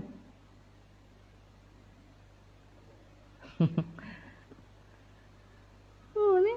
කේලම් කියන එක සමාජයට කරදරයක්ද නැද්ද? පාරුස වචන, සම්ප්‍රප්‍රලාප, හිස් වචන, කිසි වැඩකට නැති පට්ටපාල් බොරු කේප්ප ඇදලා බාන ඒවා. බොරු කියන ඒවා, වංචාව, කපටිකම මේවා සමාජයට බරක්, මහ පොළොවට බරක්. ඒ වයින් අයින් වුණ කෙනා අරුන් පොළව බදාගෙන ඉන්නේ. අර වයින් අයින් වෙච්ච කෙනා එයා පොළවට පාය තිබ්බට එයා පොළවේ නෑ. ඒකයි පොළවට බරක් නෑ කියලා. අන්න ඒගොල්ලෝ තමයි උඩින් යන්නේ. ඕගොල්ලෝ උඩින් යනවා කොහොම බලන්නේ? අර නිල් අහස දිහානේ. නෑ. මේගොල්ලෝ තමයි උඩින් යන්නේ. ඒගොල්ලෝ පොළවට බරක් නෑ. අහසට බරකුත් නෑ. ඕගොල්ලෝ බරද නැද්ද? හිතනවද නැද්ද බරයි කියලා? මේ කියන සිස්ටම් එක අනුව. ඊර්ෂ්‍යාව නැද්ද? ක්‍රෝධ නැද්ද? වෛරය නැද්ද? මාන්නය නැද්ද? කුහකකම නැද්ද? තියනවද නැද්ද? ඊර්ෂ්‍යාව නැහැ. මෙයා ඔයගේ නම මොකද්ද? දිනු. දිලුම්. නිලු තියෙනවා. නිලු. දිලුම්. දිලුම්. දිලුම්. කත ඇහුන්නේ නැහැ හරියට. දිලුම්. දිලුම්. දිලුම්. එතකොට දිලුම් කිව්වොත් තමයි ඔයා බලන්නේ නේද? එතකොට අනිත් අය බලන්නේ නැහැ නේද? එතකොට දිලුම් ලෝකෙට බරක්ද නැද්ද? බරක්. හරියට හරියන්නේ ආ ඇත්ත කතා කරා. එහෙම කතා කරෙක් ඇයි ඔයා පොළොවට බරක් කියලා හිතන්නේ? මොකද්ද ඔයාට ඒ පොළොවට බරක් කියලා හිතෙන්නේ? බරක් කියලා හිතෙන්නේ ඉතින් තාම අවබෝධ කරගෙන නැහැනේ. මොනවාද? පොළවද? නෑ. මේ මාර්ගේ මොන මාර්ගයේද? හිත සකස් වෙලා මේ නැහැ ඕක ලස්සන පිළිතුර මේකයි. මම තාම මගේ යථාර්ථය අවබෝධ කරගත්තේ නැහැ. මේ මගවල් අරව මේව නෙමෙයි. මං තාම මගේ වැරදි අගුණ මං තාම දුරු කරන්න නැහනේ. මං තාම පොළවට බරයි. මං අහුන තැන බොරු කියනවා, කේලාම් කියනවා, පරුස වචන කියනවා, හිස් වචන කියනවා. මට දුක දැනෙනවා. ඒ වෙලාවට මම මොනව කරනවද දන්නේ නැහැ. අන්න පොළවට බර. හරි උත්තරේ දෙන්න. ඊව හංගගෙනනේ කියන්නේ නේ. tamunge වැරදි හංගගෙනමයි කතා කරන්නේ. ඔයා පොළවට බරක් වෙලා තියෙන්නේ. ඔයා තාම සුද්ධවන්තයෙක් වෙලා නැති නිසා. ඔයා තාම අසුද්ධයි. ඒ නිසා ඔයා පොළවට බර. ඒක එතකොට ඒක වැරදිද? වැරදිද කියන්නේ? ඒ කියන්නේ මම දැන් කිව්ව දේ වැරදිද? දැන් ඔයාට හිතෙනවද එහෙම එතකොට මම පොළවට බරක් මං අසුද්ධවන්තයෙක් කියලා එහෙම තේරෙනවද? ඔව්. ඇයි ඔයා අසුද්ධවන්තයෙක්? ඒ කියන්නේ මේ ඔය මාර්ගය ගැන කතා කරන්න තහනම්. කියන්නේ ඒක ඔයා අසුද්ධවන්තයෙක් කියලා කියන්නේ ඇයි තාම? තාම මගේ වැරදි අඩුපාඩු මම දකින්නේ නැහැ. ඒව දකින්න පුළුවන් හැකියාව තියෙනව නම් ඔයා අන්න ටික පොළවේ බරෙන් උඩට ඉස්සෙන. දැන් එහෙමයි කියලා කකුල බිම ගෑනවද බලන්න එපා. ඒක නෙමෙයි මේ කියන්නේ. හරිද? මේ කියන්නේ මනස පිරිසුදු වෙනකොට අපේ කයේ බරත් නැති වෙලා යනවා. මනස පිරිසුදු නැති වෙන අපිරිසුදු නිසා තමයි කයේ බරකුත් දැනෙන්නේ. තේරෙනවද? ඉතින් ඒක නිකම් බෑ. අන්න ඊට පස්සේ තමයි ඔයා මේ මාර්ගය ගැන කතා කරන්නේ. මේකේ ගියොත් මම සුද්ධ එවෙලෙට මං අසුද්ධ වෙන හැම වෙලාවකදීම මම සුද්ධ වුණොතින් මට අන්න සිත සැහැල්ලු වෙනවා. එතකොට මම පොළවට බරක් නෑ. සුන්දරද නැද්ද මේ මාර්ගයේ බුදුහාඳුර කිව්වේ? එහෙනම් ඕගොල්ලෝ මොනවද කොතනද දැන් ඕගොල්ලෝ නැවතිලා ඉන්නේ මේ සුන්දර මාර්ගෙද නැත්තම් කොහෙද? වල් වැදිලානේ. අතරමං වෙලානේ. කොහෙදෝ වැරදි තැනකනේ. අන්න ඒක තමයි දැන් හොයා ගන්න ඕන. ඒ කියන්නේ බාහිරේ නෙමෙයි ඔයගොල්ලෝ අතරමං වෙලා ඉන්නේ. දැන් අතරමං වෙච්ච තැනත් හරියට මම පෙන්නුවා. කොතනද කියලා. උතන කොතනද කියලා. මොකද්ද සකස් වෙන සිතේට බැඳිලා ඒක හරි කියාගෙන ඒක දිගේ යන්නේ ඒක ජීවිතය කරගෙන කර්ම ගොඩ නගා ගන්න එකනේ. එතකොට අන්න දැන් ඒ සකස් වෙන සිත පිළිබඳව තමයි දැන් ඔයගොල්ලෝ අධ්‍යයනය කරන්න ඕනේ. ඒ වෙලෙට දැන් සකස් වෙන සිත බලන්න කිව්වම ඔක්කොම අතහැරලා දාලා වාඩි වෙලා සකස් වෙන සිත බලන්න ඕන ගාගෙන මේ S2 පියාගෙන හිටියම හරියනවද? නෑ. ඒතකොට සකස් වෙන සිත බලන්න වෙන්නේ නැහැ. සකස් වෙන්නේත් නැහැනේ. ඒක තේරෙනවද වැරදි කියලා? අන්න එතකොට ඒ වෙලෙට හැදෙන සිත. ඒක අන්තයකට සකස් වෙන හැටි දකින්න එච්චරයි. තේරුම් යනවා එතකොට. මම හිතන අන්තයකටයි සකස් වුනේ කියලා. එතකොට අර අන්ත දිගේ ගිහිල්ලා එළියේ කර්ම කරන එක දැන් ඒකෙන් කියන්නේ බෙහෙත් දෙන එක නතර කරනවා කියලා. හරිද? තේරෙනවනේ ඒවනේ. දැන් බැංකුවේ වැඩ කරන එක්කනේ ඒව කරන්න ඕන. ඉස්කෝලේ උගන්වන එක්කනේ ඒව කරන්න ඕන. ඔෆිස් එකේ වැඩ කරන අය ඒව කරන්න ඕන. ඒව කරන අතරතුර ඒව කරනකොට ඇති වෙන paludu තමයි මේ අතහරින්න කියලා කියන්නේ. ඊර්ෂ්‍යාව වෙනෝ, ක්‍රෝධ වෙනෝ, බොස් මොකක් හරි කුතින් ඌ ගැන ඊගාවට එනවා. ඈ ඔයාට කස්ටමර් කෙනෙක් ඇවිල්ලා මොකක් හරි කුතින් ඒක මුළු දවසම තියෙනවනේ. ඒව තියෙනව නේද? මල වදයක් නේද ඒව? අන්න ඒවයින් අයින් වෙනවා. ලේසිත් නෑ අයින් වෙන්න ඉඩ දෙන්නෙත් නෑ අයියා නේද? ජරා හිතක් මේක ලේසි නෑ. නිසා පුරුදු වෙන්න පුළුවන් තරම් පුරුදු වෙන්න. කතා කරන්නේ නැතුව අයින් වෙන්නේ සිතෙන්. නැත්තම් මුලදී එහෙම බැරි වෙනවා නම් සකස් වීමක් කියන සිතක් විතරක් පහල කරගෙන අයින් වෙන්නේ. එතකොට අර සිතයි සකස් වීමක් කියලා හිතයි දෙකම නැති වෙලා යන හැටි දකින්න ඕන. පුරුදු වෙන්න ඕන නැත්තම් ඉඩ දෙන්නේ නෑ මෙයා. ඒකෙන් තේරෙන්න ඕනේ කොච්චර පුරුදු වෙන්න ඕනද කියලා. මිනිස්සු මේකට අකමැති නිසා තමයි නිවන් දකින්න නැත්තේ. මිනිස්සු කැමති නේ නිවන් දකින්නට වඩා මිනිස්සුන්ට හිතෙන්නේ අර කින්න එක ලේසි ඉන්නේ අනේ මොන මගුලක්ද මේකේ වටිනාකම තේරෙන්නේ නැහනේ මෙයාට. මෙයානේ කියන්නේ එහෙම. මෙයාගේ ලෝභ ද්වේෂ මෝහ. මේක සම්පූර්ණ අඥානයාගේ සිත. අඥානයට අයිති මේක. මේකෙන් බිහි වෙන්නෙම අඥානය. ඒගොල්ලෝ ජීවත් වෙලාම තියෙන අඥානයත් එක්කද නැද්ද? දැන් we ඉන්නෙත් අඥානයත් එක්කද නැද්ද? අඥානය කියන්නේ ඇයි? උතුර හිතේ අපි මෙච්චර ඉගෙනගෙන මේ මිනිස්සෙක් කියනවා අපි අඥානිය. අඥානය කියන්නේ ඇයි? යථාර්ථය නොදකින කෙනා. මනසෙන්ම හදන දෙන ලෝකයේ යථාර්ථය දකින්නේ නැති ස්වභාවය. පඬිතයා කියන්නේ ප්‍රඥාවන්තයා කියන්නේ එතකොට හවුද? ඒකත් කකුසල් සිතක් නේ. ඒකත් සිත් ස්වභාවයක්. නැතුව වෙනේව නෑනේ මේකේ. එතකොට ඒ සිත ප්‍රබලයි. ඒ සිත ශක්තිමත්. ඒ සිතේ අර අනේ හුනේ ගාන ස්වභාවය නැහැ. සැක නෑ ඒ සිතේ. බිය සැක ශෝක නෑ ඒකේ. ඒකේ අර පැත්තට මේ පැත්තට අර දෙකට දෙගිඩියාව නෑ ඒකේ. අරක දෙගිඩියාවක් තියෙනුනේ අයින් වෙන්දෝ නැද්ද? වෙන්නද නැද්ද? වෙන්නද නැද්ද? කරනවද නැද්ද? නේ? මේ සිතේ එහෙම නැහැ. ඉතින් මේ මේ ප්‍රබල සිත් ඔයගොල්ලෝ උපද්ද ගන්න එපාය දැන්. නිකන් ඉඳලා බෑනේ. ඒ ප්‍රබල සිත් ඔයගලන්ට උපදින්න ඕනේ. ඒවා උපදින්නේ පුරුදු කරොත්. මේ සිත් වලින් අයින් වෙන තරමට තමයි මේ ප්‍රබල සිත් උපදින්නේ. ප්‍රබල කුසල් සිත්. ඒවා ඒකට උවමනා කරන ඒවා තමයි අන්න ඉවසීම. ඉවසීම තමයි ප්‍රධානම එක. මොකද මේ සිතේ ජීවත් වෙනකොට ඉවසීම නැහැ. එහෙමද නැද්ද? මේ සිතේ ඉන්නකොට ඉවසීම තියේද ඔයගලන් ළඟ?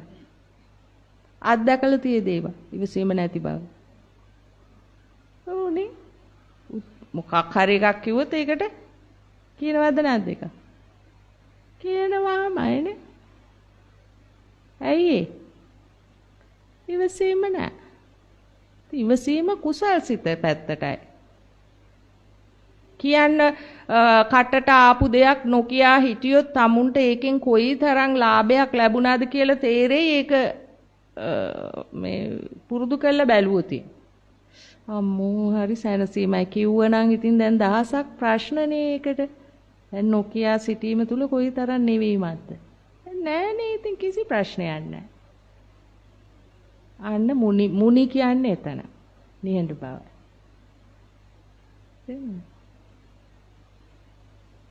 ඉන්න පුළුවන්ද බැරිද එතන? පුළුවන් පුරුදු වෙන්න ඕනනේ.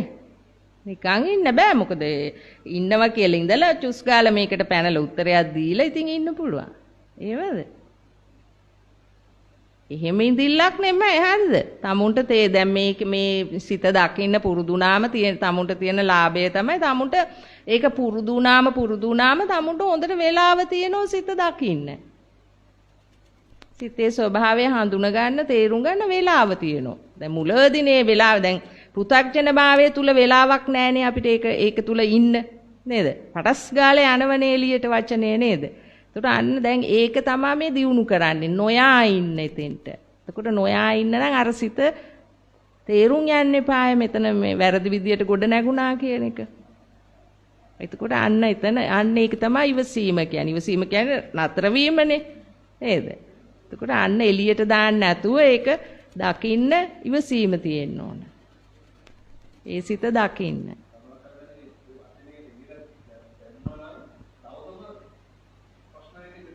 ඔව්.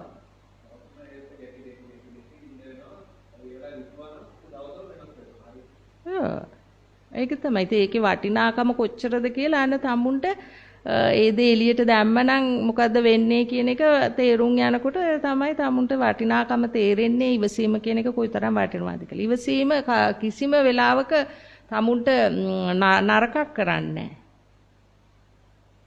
අපි ඔයා ප්‍රශ්න අහන හැම එක දැන් පෘථග්ජන ලෝකය ගැන මම කියන්නේ පෘථග්ජන ලෝකයේ අහන ප්‍රශ්න වලට අපි උත්තර දෙන්න ඕනමද නැද්ද? ඕනේ.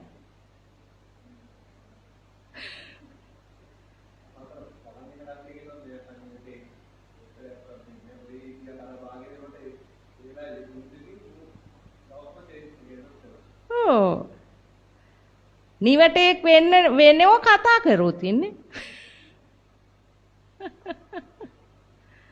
ප්‍රඥාවන්තයන් ඉදිරියේ එයා නිවටෙක් වෙනව කතා කරොත්.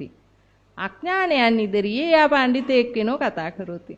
අඥානය කැමති ගේමටනේ. ප්‍රඥාවන්තයාට ගේමක් ඕනේ නැහැ. එයා දන්නෝ ගේමේ හැටි. එහෙමද නැන්ද? ඕනේ අර හිනාත් යනවා අර දැන් වෙන සිද්ධීන් දැක්කම ගෑනු පිරිමි ભેදයක් නැතුව නේ මේ මාධ්‍ය ජාලවල යන්නේව දැක්කම හිනා යනවා කවුරු හරි එක්කෙනෙක් මොකක් හරි එකක් එයාගේ නම කියලා කිව්වොත් අම්මා ඒකට දෙන රිටර්න් එක නේද මාරයි. තියාට හරි හිතට සතුටු ඇති නෑ ඒත් සතුටුද නෑ ඇයි දැන් අරකින් මොන වාග් ප්‍රහාරයක් එයිද දැන් තියෙන්නේ එයාට සැනසීමක්ද නැද්ද? ඒකට උත්තරේ දුන්නේ එකෙන්. නෑ ඉවරයක් නෑනේ දැන්. ඒකට අර පැත්තෙන් මේ පැත්තට එනවා දැන්. ආයි දැන් ඒකට හරියන්න තව එකක් කියන්න එපා. තද්ද බල පරුස වචන ඊගාවට නේද අර. ඊගොල්ලෝ හිතනවා අර තද නරකම වචනයක් කිව්වම හරියට හරි ඒක උට වැදුන හොඳටම දැන් ඌ හැදෙයි කියලා. හැදෙනවද? නෑ ඌ ඊටත් වඩා නරක වචන මේ පැත්තට දානවනේ. ඊට පස්සේ මූ කරන් දෙද ඒකට මූට හරි ගියේ නෑ කියලා තව ඊටත් වඩා තද වචනයක් දානවද නැද්ද එහා පැත්තට දාන්න යෝ ඒ වෙනවද සිහිපත් වෙනවද නෑ ඈ ඊගාට ඒකට හම්බ වෙන කර්ම සකස් වීම නේ ඒ වෛරය තුල කොච්චර ඒ බද්ධ වෛරකින් ඉන්නේ. ඉතින් ඒ වෙලාවේ මැරුණොත් උටුස් ගාලා කොහෙද යන්නේ? දිව්‍ය ලෝකේ නේද මූ රට වෙනුවෙන් කතා කරපු එකෙක් කියලා. හරිද?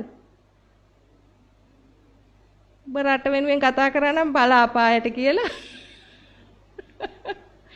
දැන් ඒ කියන්නේ රට වෙනුවෙන් කතා කරන අය ඔක්කොම අපාය යනවද? ඔව්. ඇයි? මෙන්න මේක යන්නේ අපායේ. මේ රට වෙනුවෙන් කතා කරන්නේ.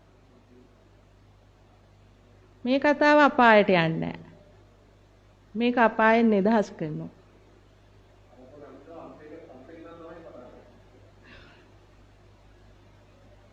තේරුණා? ඇයි ඒ? වෙනස මොකද්ද ඒකේ? මේකෙන් කෙනෙක් අපාගත වෙන්න තියෙන මනසෙන් අයින් කරනවා. ඉතින් ඌ අපාගත වෙන්නම යනවා නම් ඉතින් කරන්න දෙයක් නැහැ නේ. ඉතින් බුදුහාමරන්ටත් කරන්න දෙයක් නැහැ නේ. දේවදත්ත ඌ ගියේම අපායට නේ ඉතින් නේද? මොකද එයා ඒව බාරගත්තෙම වැරදි විදියට. ඉතින් ඒකට බුදුහාමරන්ට කරන්න දෙයක් නැහැ. අරව උනුත් අපායට ගිහලා අනිත් ඒ උනුත් දානවද නැද්ද? ඕගොල්ලොත් වැටෙනවද නැද්ද ඒ වෙලාවට අපායට? ඒ වහල වැටෙනවද නැද්ද? වැටෙනවයි නැද්ද?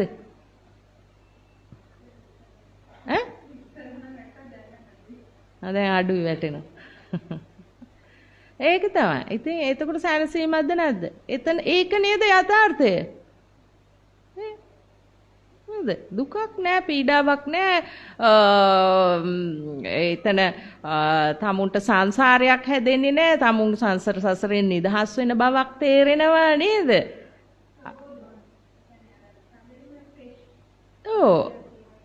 අර වෛරෙන් ක්‍රෝධෙන් එක ටික කරන ගතියෙන් පලිගන්න ස්වභාවය ඉව නෑ නේද? හරි සැහැල්ලුයි.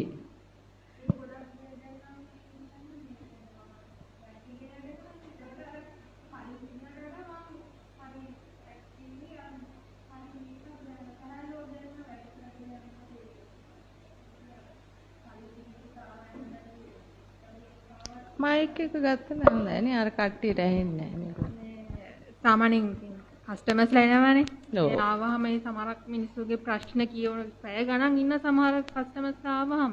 ඉතින් එතකොට අර ඉස්සර කියන්නේ අර කලකිරෙනවා ණයයි මෙහෙම වෙන්නේ අර ඒවා හිතෙනවා. නමුත් දැන් ඒක එහෙම හිතට දැනීමක් නෑ එහෙම. ඒකෙන් පෙන්නන්නේ නපුරුකමක් නෙමෙයි. එතන ගැටීමක් නෙමෙයි නේද? ඇලීම ගැටීම කියන දෙක නැති වුණ තැන එතෙන්ට කියන්නේ මොකද්ද? එතන සුද්ධ තැන. සුද්ධයි එතන. එතන ඉතින් ඒ කියන එක්කෙන කියනවා ඒ උනාට ඉතින් අපිට ප්‍රශ්නයක් නැහැ ඒකේ නේද? එයාගේ දුක නිදා ගන්න ඉතින් එයා කියනවා. ඒ කියපු දෙයින් ඉතින් අපිට ප්‍රශ්නයක් නැහැ. එතන හොඳ නැද්ද? නැත්තම් අරවට තව උල්පන්දන් දීදී නේද? ඒකේ වැරදි පැත්තට උල්පන්දන් දී. එහෙමද නැද්ද? කවුරු හරි තමුන්ගේ මහත්තයා මෙහෙම කරනවා කොතින් හොඳ ඒවත් දෙන්නේ අනේ වා ඉවසන් ඉන්නව ගණන් ගන්න එපා කියනවාද? ඇත ඒවත් කියන්නේ ඒවට එකට එක කියලා. බය වෙලා ඉන්න එපා කියනවාද? වැඩි හරියක් කියන්නේ එහෙමද නැද්ද? ඔයා දන්නේ නැහැ. ඒකට එහෙම ප්‍රශ්නයක් නැති නිසා. සාමාන්‍යයෙන් එහෙමයි කියන්නේ නේද? ඉතින් හොඳම යාළුවනේ යාළුවගේ හිත සතුට වෙන්න කියන්නත් එපානේ. නැත්නම් එයාගේ උඹලා යාළුවෝද බං උඹලා හිතට හැදෙන දෙයක් කියන්නේවත් නැහැ. ඔද්දකින් උඹලා යාළුවෝ නෙමෙයි මහා හතුරෝ. උඹලාට දුක තේරෙන්නේ නැහනේ. මටනේ දුක දන්නේ. උඹලා බොරුවට නිකන් නමින් ඉන්න යාළුවෝ. කියනද නැද්ද? මේ ලෝකේ ඉන්න හරි අමාරුයිනේ. අමාරුද නැද්ද ඔයගලන්ට ඔය ලෝකේ ඉන්න? ඉතින් ඇයි උතන ඉන්නේ නා? මට කිසි ප්‍රශ්නයක් නැහැ දැන්. කවුරුවත්ම නෑ මට. පුදුම සැනසීමක්. ඔතන හිටියම තියෙන ප්‍රශ්න. ඒ කාලේ මටත් තිබ්බේ ඕවා හරි මල කරදරයක්. ගියත් වැරදීනේ, කතා කරත් වැරදි, නොකරත් වැරදි, hina වුණත් වැරදි, නැතත් වැරදි. නැද්ද? බැංකුවකට වැඩක් කරගන්න ගියත් එතන අපෝනේ පොලිමේ ඉන්නකොට මල කරදරේ. එතන උන්ගේ යාළුවෝ මිත්‍රයන්ට ඉස්සර වෙලා එන්න කියලා කතා කරලා උන්ගේ වැඩ කරලා දෙනවා. එතකොට අපිට තරහ යනවා. නැද්ද? බැංකුවේ අය. එහෙම තමයි. ડોක්ටර්ස්ලාත් එහෙමයි. උන්ගේ කට්ටිය ආවම උන් ඒවට මේව කරනවා. ඉතින් අපි මෙහි ඉතින් අයියෝ ඉතින් මිරි කෙනවා තරහේ දත් කූරු කනවා ඉතින් නේ. අයිති අර අසාධාරණයිනේ අර දැන් කට්ටිය කෑ ගහන්නේ යන්නේ ඒ වගේ තමයි. ඉස්සර අපිත් එහෙම තමයි. ඒ වගේ දරුණුවට නම් ගියේ නෑ හොඳ වෙලාවට. පාලනය කරගන්න පුළුවන් ප්‍රමාණය හිටියේ මොකද සංසාරේව පුරුදු කරන් ආව නිසා වෙන්නේ නැති මේ අරව නම් අමුමාමුයිනේ ඉතින්නේ. ඔයගොල්ලෝ එහෙම නෑ. නප්පියටම නගිනවා කියන්නේ එහෙම නෑ වාට. ඔය මේ කොහෙද මේ ෆාමසියේ ඉන්නකොට බෙහෙත් ගන්නේ නැහැ. පඬිත කතා කියනකොට එහෙම තරහ යන්නේ නැහැ. ඉවසීම තියෙනවා. ඉවසන්න පුළුවන්. ඒ කොහොමද ඉවසන්නේ? ඒ කියන්නේ අනේ ඔකුන්ට කියලා වැඩක් නැහැ. ඉතින් කටවහන් ඉන්න එක හොඳයි. උගත්තේ උන් නෙමෙයිනේ නූගත් කමනේ. එහෙම කියලාද? එහෙමද? එහෙනම් කොහොම කියලා කොහොම ඒක ඉවසන්නේ? නිකාම් ඉවසන් ඉන්නවද ඇහුන්නේ නැහැ වගේ? නැත්නම් ඉස්සරන නිකම් මෙහෙම ඉවසන් හිටියා. දැන් අර සිත දකින්න ඒ කියන්නේ දැන් එතන එහෙම කියනකොට හිත හැදෙනවද නැද්ද? හැදෙන්න එපායි නැත්තන් නේ දන්නේ නැහනේ බැන්නද කියලානේ. හැදෙනවා හිත. ඔව්. එතකොට දැන් මේ අර උත්සාහ කරනකොට මේ සිත දකින්න විදිහ එතකොට ඉවසගෙන ඉන්නවා ඉතින්. ඉස්සර ඉවසුවේ. ඉස්සර ඉතින් මිනිස්සුන්ට බනින්න බෑ. ඉතින් කෑ ගහන්න බෑ. ඉතින් ඉවසගෙන ඉන්නවා.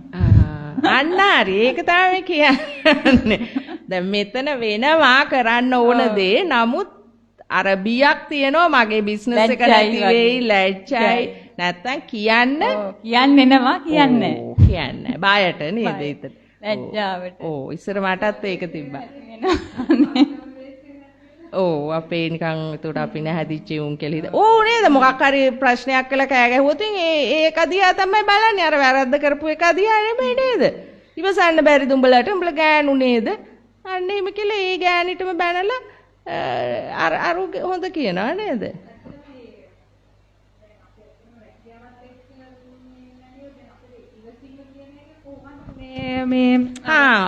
ඒක මේ පුරුදු කරන්න වෙලා තියෙනවා. නමුත් ඒක අවබෝධයෙන් නෙමෙයි කලින් කරේ. නමුත් දැන් ඊඩාවත් ඒ ඉවසීමයි මේ ඉවසීමයි දෙකක්. හරිද? ඒ ඉවසන්නේ එතන කරගන්න දෙයක් නැති කමට ගැටීම තුල ඉඳගෙන ඉවසනවා නේද? කරන්න දෙයක් නැහැ. මෙයා ගැටුණා එතන. ගැටිලා මේ ඔක්කොම කරා කර්මත් හදාගත්තා. නමුත් ඉවසීම ඒ කියන්නේ එළියට දෙයක් දැම්මේ නැහැ. ලැජ්ජාවක් නිසානේ.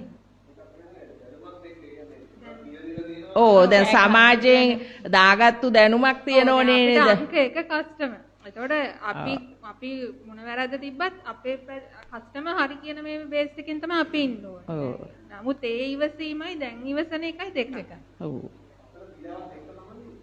ඒ ඉවසීමෙන් ඇති වැඩකුත් නෑ නේද? tamunට ඒකෙන් ඉතින් රස්සාව කරනකන් යහපතක් කියන්නේ ඉතින් මොකද්ද නේද?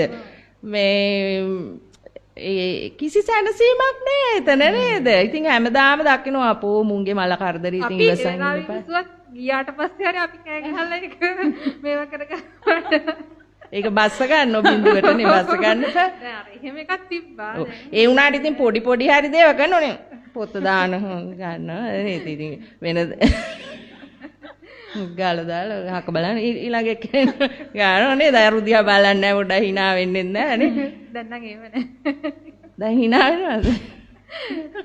මේ බාන පොඩි මේ මෙන්න මේව ටික තේරුම් ගත්තා නම් මේ මානසික ස්වභාවය මෙන්න යථාර්ථය තේරෙන්න පටන් ගන්නවා. එතකොට අපිට එළියේ වැරද්දක් නෙමෙයි අපි දකින්නේ හැම වෙලාවෙම මෙතන වෙන අන්තේ තමයි අපි දකින්නේ.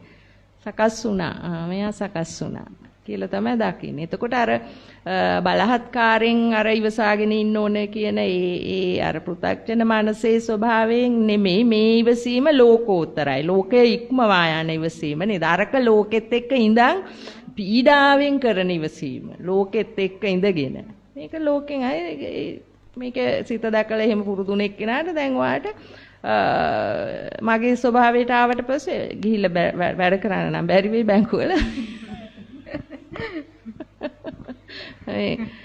නෑ ඉතින් ඔය මානස උතනින් සුද්ධාන්ත වෙලා යම් කාලයක් යනකම් ඔයාට කිසි ප්‍රශ්නයක් නැතුව වැඩ කරන්න පුළුවන්.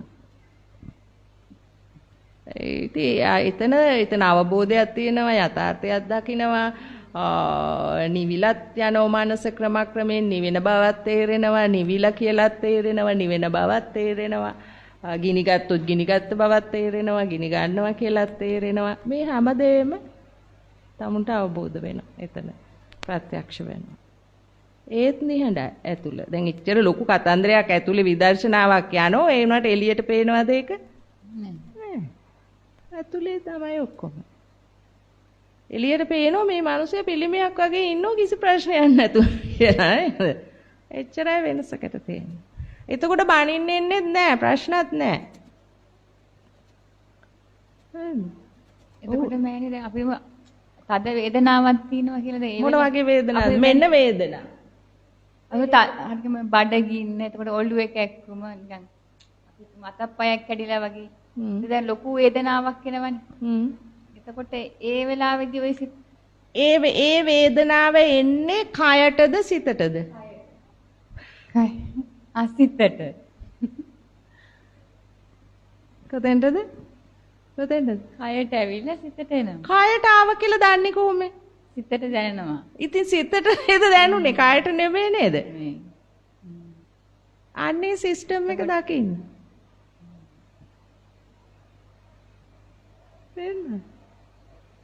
ඒක දැක්කම වේදනාවක් නැති වෙයි. ආවත් ආයෙත් දකින්න ඉතින් ඒක. කයට වේදනා කය මෙතන ඉඳලා නියපොත්ත ළඟට යනකම්ම මේ මුළු ඔක්කොම රන් කරන්නේ කවුද? මනස, සිත. කය නෙමෙයි. මම දැකලා දෙනවා කායික වේදනා, මානසික වේදනා කියලා තුගන්නනෝනේ උගලන්ට.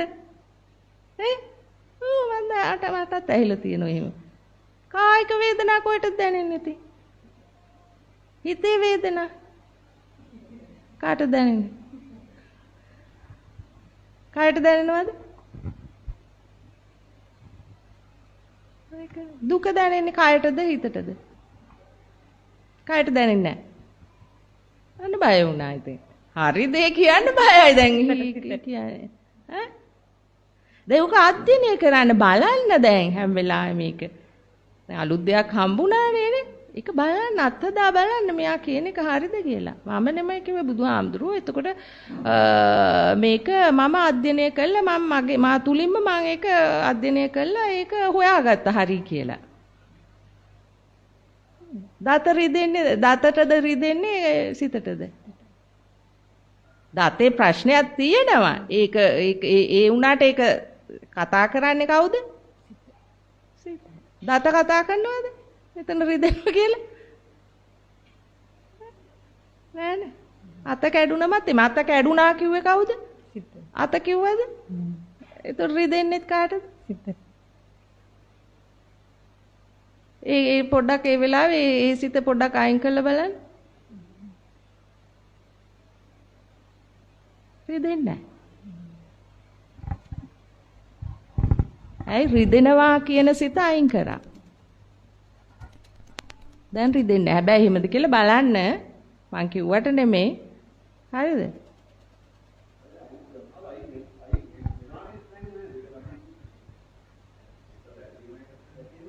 සිත දැකීමෙන් වෙන දෙයක් ඒක.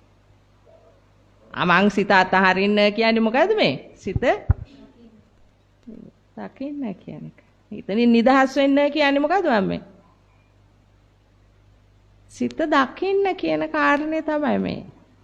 සිතෙන් අයින් වෙන්න කියනකොට ඒ අදහස තුලම ඒ මේක තුලම අර ඔක්කොම ටික අයින් වෙනවා. සිතෙන් අයින් වෙන්න කිව්ව එකයි අර පීඩාකාරී සිතයි ඔක්කොම ටික අයින් වෙලා යනවා. තුන්වෙනි සිතෙන් දකින්න අර ඔක්කොම අයින් වෙලා ගියා කියලා. තේරෙනවද? සිත් පහළ වෙනවා.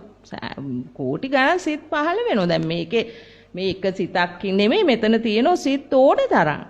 අරමුණක් එක්ක සිතක් සකස් වුණා. ඒවා වෙන වෙනම දකින්න අමාරුයි. ඉතින් තාම කෙලස් තියෙන නිසා එහෙම තේරෙන්නේ නැහැ. ඕගලන්ට ඒ සිත් වෙන වෙනම හඳුනා ගන්න. නමුත් දැන් අපි හිතමු කෙනෙක් දැකලා තරහ ගියා කියලා. එතකොට දැන් දැන් මෙහෙම යනකොට ඒ ආයස හරහා ආවා. එතකොට ඒ හඳුනා ගැනීම තුල සිත සකස් වුණා. අතීතෙත් එකතු වුණා එතෙන්ට තරහකාරයෙක්. ඉතින් දැන් ඒ රූපේ නෑ ගියා රූපේ. නමුත් දැන් තව සිත් පහළ වෙවි යනවද නැද්ද?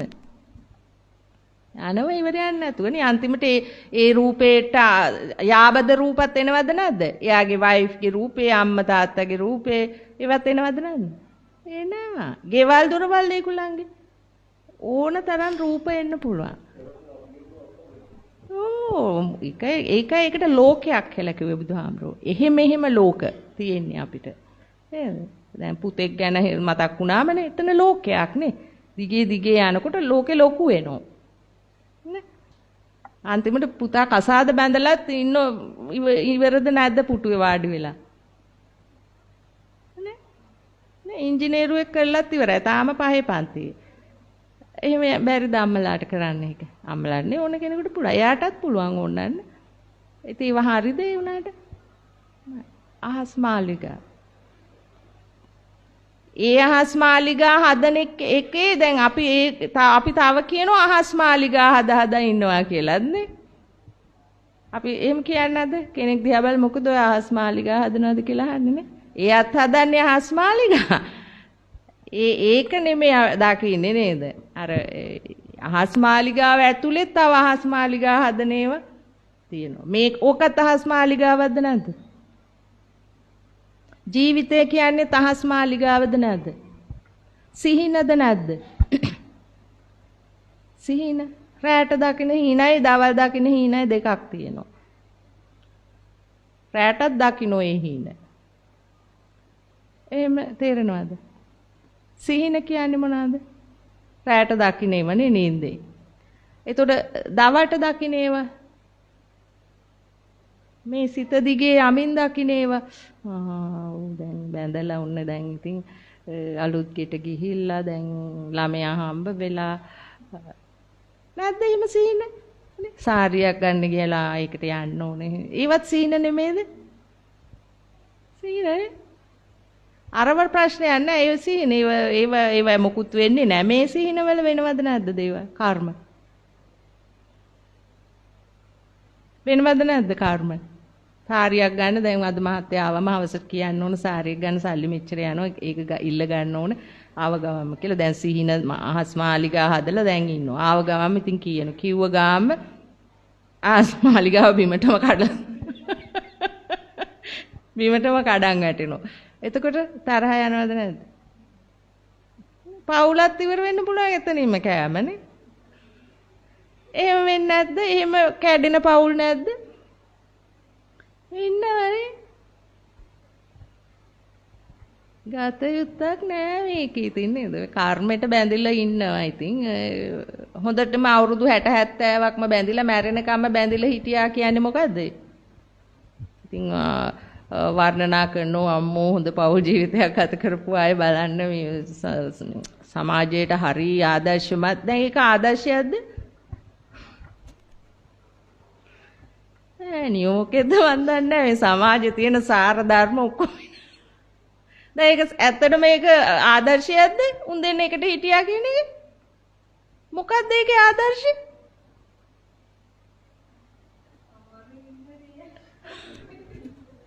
උන්ගේ කර්ම ශක්තිය අනුව ඒක කැඩුන්නේ නේද කර්ම ශක්තිය අනුව තමයි ඒව විපාක දෙන්නේ තියෙනවද නැද්ද තේරුම් කරන්නේ ඔයගොල්ලෝද ඔයගොල්ලන්ගේ කර්ම ශක්තියද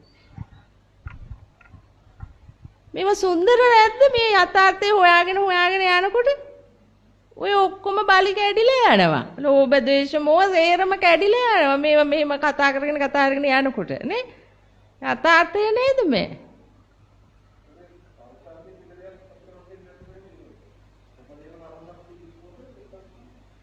මොකද්ද ඔය හැමදේම කර්ම ශක්තිය කියන එකෙන් අදහස් කරන්නේ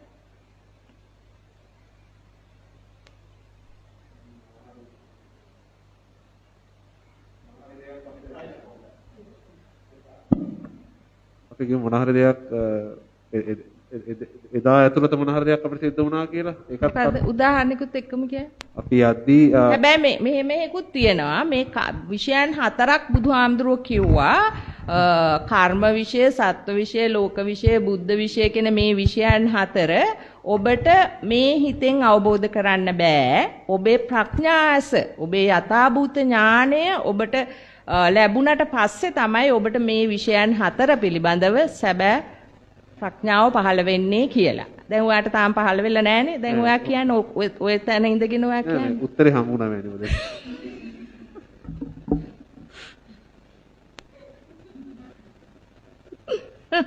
මතක තියාගන්න විෂයන් හතර. ලෝක විෂය, සත්ත්ව විෂය, කර්ම විෂය, බුද්ධ විෂය.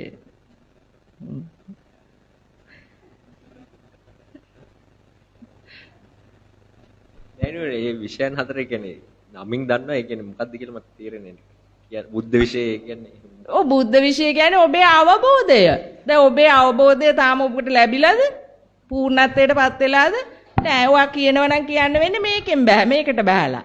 ඉතින් මේකෙන් බහැලා කියන ඒවා අන්තයකටද නැද්ද?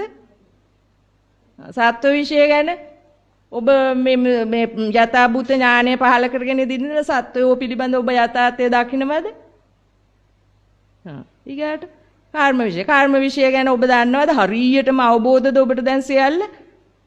එහෙනම් කතා කරලා වැඩක් නේද? ඊගාට ලෝක විෂය ගැන ඔබ දන්නවද? ලෝක විෂය කියන්නේ මේ බාහිර ලෝකයේ එකක්ද නැත්නම් මොන සියල්ල ඔබට කතා කරන්න පුළුවන්ද? ඒකේ යථාර්ථය පිළිබඳව? ඇයි බැරි? අපි දන්නේ අවබෝධ වෙලා නැහැ. තාම යථාභූත ඥානය පහළ වෙලා තාම අපි කතා කරනවා නම් කතා කරන්නේ මේකෙන්. දැන් මේක අතෑර යන්නේ බෑ අපි.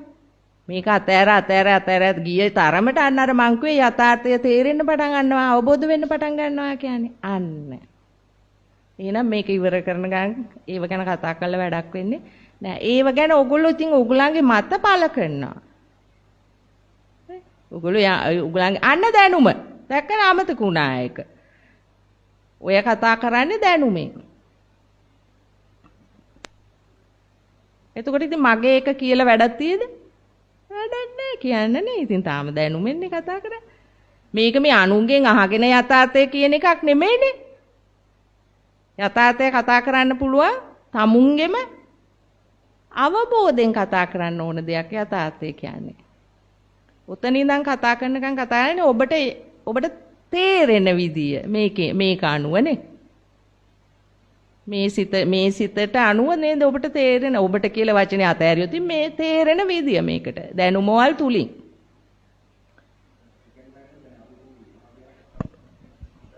කියන්නේ ළමෙක් හොඳට මොලේ තියෙන වෙනාට වැඩ කරන්නේ නැහැ. එතකොට යාට ඒ කියන්නේ කරගන්න මොලේ මොකද්ද තියෙනවා කියන්නේ? එහෙම නෙවෙයි විෂයන් ඔළුව තියෙන හොඳට. විෂයන්ට දක්ෂකම තියෙනවා. ඒත් අර සෙල්ෆ් ස්ටඩි තනියෙන් කරන එක කරන්නේ නැත්නම් එතකොට යාට කරගන්න පින නැත්ද? එතකොට උනන්දුව නැහැ. එයා උත්සාහවන්ත වෙන්න ඕන. ඔව් නෑ වීරවන්ත වෙන්න. එතන තියෙන්නේ මොකක්ද යාට? මොකද්ද දැන් ඔයා මට පැහැදිලි නෑ. කර්මය නැත්ද යාට විභාග කරගන්න? එහෙම නැත්නම් ඒක දාන්නේ. ආයාට හොඳට ඉගෙන ගන්න පුළුවන්. ඔව් ඒත් උනන්දුව නැත්තම් උනන්දුව නෑ යාට. ඔව්. ඒ නිසා එයා පාඩම් කරන්නේ නෑ. ඉතින් හොඳට ඉගෙන ගන්න පුළුවන් නම් ඌට ඒකේ මතකයේ තියෙනවනේ. හොඳට ඉගෙන ගත්තා නම් ඌ අහපු දේ හරියට ඉගෙනගෙන තියෙනවා නම් ඌට පාඩම් නොකර ලියන්න පුළුවන් නේ. නෑ ඒ වුණාට බෑනේ දැන් A level වගේ ගණිතය අර හරි A level උනත් ඌට පුළුවන්. ඉතින් ඌ හොඳට අහගෙන මතක තියාගෙන ඉන්නවා. නෑ එතකොට අර දැන් සමහර ළමයි ඉන්නවා ඉගෙන ගන්න. එහෙනම් හොඳට ඉගෙන ගන්නවා කියන්න බෑ ඌ ඉගෙනගෙන නෑ. නෑ මං අහන්නේ අර ඒක යාගේ කර්මයක් එක්ක එන එක. නෑ මං අහන්නේ වෙන දෙද. ඔතනත් කර්මය. ඒ ක්‍රියාව උගේ මදි. එයාට හිතෙන්නේ නැත්තේ කරන්නේ දැන් එහෙම ළමයි ඕන්තරම් ඉන්නවා පන්තිවල උනත් දැන් දක්ෂයි වැඩ කරනවා අඩුයි. විභාග පාස් වෙන්නේ නැහැ. ඔව් සෙල්ෆ් ස්ටඩි පැත්ත නැහැ. දැන් පන්තියේ පළවෙනිය වෙලා හැමදාම දක්ෂ ළමයා වුණත් විශ්වවිද්‍යාලේ යන්නේ නැහැ. ඒ වගේ. ඔව් ඒව ඉතින් කර්ම ශක්තිය. පන්තියේ පළවෙනිය වෙලා හොඳට දක්ෂ වෙලා හිටිය. නමුත් එයාගේ ඉතින් ඒ කර්ම ශක්තියේ ස්වභාවය අනුව එයාට එච්චර තමයි. එයා සමහර විට මේ ඉතින් ඔය ඉන්නේ කුණුලොරියේ යන කෙනා වෙන්න පුළුවන්. එතන පන්ති අන්තිම මේ වුණ එක ප්‍රාදේශීය සභාවේ ලොක්ක වෙන්න පුළුවන්. සමහර ළමයි ඉන්නවා අන්තිම මාස 5-6 එකපාරට හොඳට දියුණු වෙලා මේ ඉංජිනේරින් කරනවා ඒ වගේ හොඳටම එනවා. අර මුල් කාලේ අදක්ෂයි. ඒකට ඒවත් කර්ම ඒවත් කර්ම ශක්තිය. ඒ හොඳට ඉගෙන ගන්න එක ඉගෙන නොගන්න. හැබැයි එහෙම කර්ම ශක්තිය කියලා අපෝ මූසලේක් මහා කීුට ඉගෙන ගන්න බැරුණා සමහර විට එතන ඒක පුංචි පරාසයක්. එයාගේ මුළු ඉතිහාසෙ මේක ලියවිලා නැහැ. යාට ඊට පස්සේ හොඳ දෑවැද්දක් එක හොඳ කෙනෙක් බඳින්න පුළුවන් හොඳට ගෙවල් දොර ඉගෙන ගත්තත් නැතත් ගෙයක් දොරක් තියෙනවා නම් එච්චරයි නේ. එහෙමද නැද්ද? ඉගෙන ගත්තත් ගෙයක් දොරක් නැත්නම් එතන ඉගෙන ගත්තා. ඒක හරි. එතෙන්ට හරියක් දාන්න පුළුවන්. ගෙයක් දොරයක් නැති එකට වැරදි. අතන ඉගෙන ගත්ත එකට වැරදි. ගෙයක් දොරක් තියෙන එකට හරි. එහෙනම් හැම එකටම කර්ම වෙන වෙනම.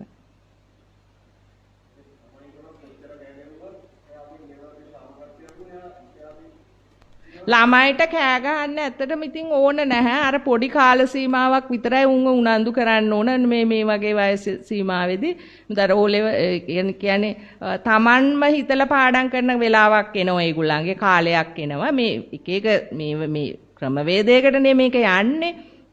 එතකොට හිතලා කරන්න බැරි කාල සීමාවක් තියෙනවා. ඒකෙදි තමුන් අර උදව් කරන්න ඕනේ. යාට ඒක හිතෙන්න ඒක බලෙන් හරි කරවන්න ඕනේ. ක්‍රම තියෙනවනේ ගහලා බැනලා හොඳින් කියලා රවට්ටලා එහෙම එක මේ වෙලට ස්ථානෝචිත ප්‍රඥාවෙන් යාට උදව් කරේ. උදව් කිරීමක් නේ වෙන්නේ එතන නේද? ඒ පුද්ගලයාට උදව්වක් කරනවා. ඒක කරගන්න. ඊට පස්සේ එයා ඉබේම පාඩම් කරන උවමනාවෙම කැමැත්තෙම ඒ කියන්නේ මම මේව කරගෙන ගියේ නැතුනොත් මට ලොකු ප්‍රශ්නයක් කියලා තේරුම් යන කාලෙට එයා ඒක කරනවා.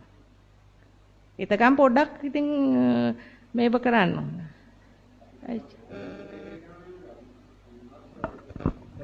කාලෙකදී තමයි ඒක හිතෙන්න ගත්තේ. ඒ කියන්නේ අපි ඒක තමයි. නැත්නම් කරදරයක් විදිහට තමයි අපි මොන වදයක්ද මේක මේ දෙමෝපිය වුණත් කියලා.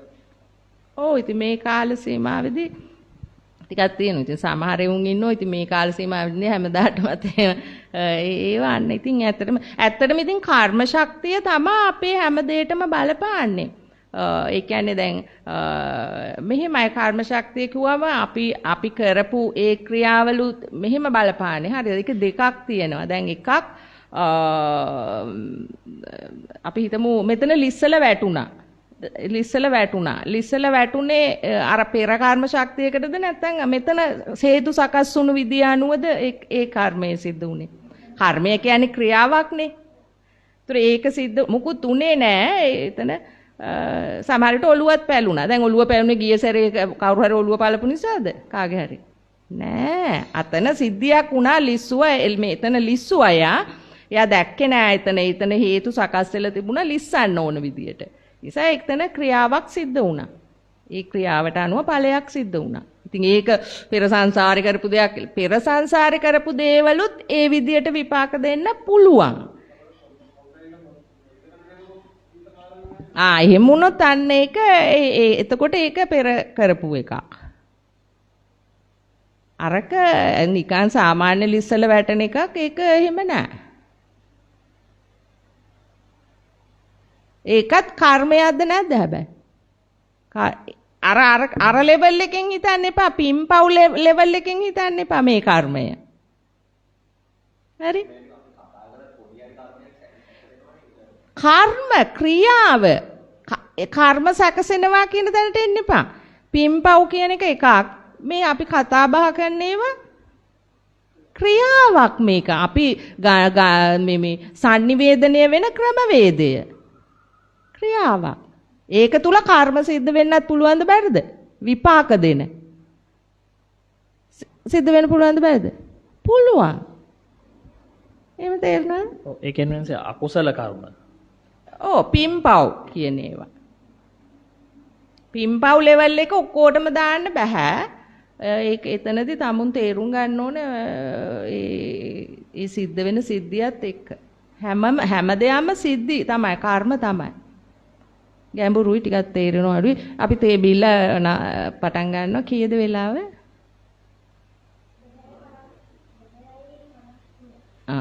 අපි 11යි කාලට පටන් ගන්නවා.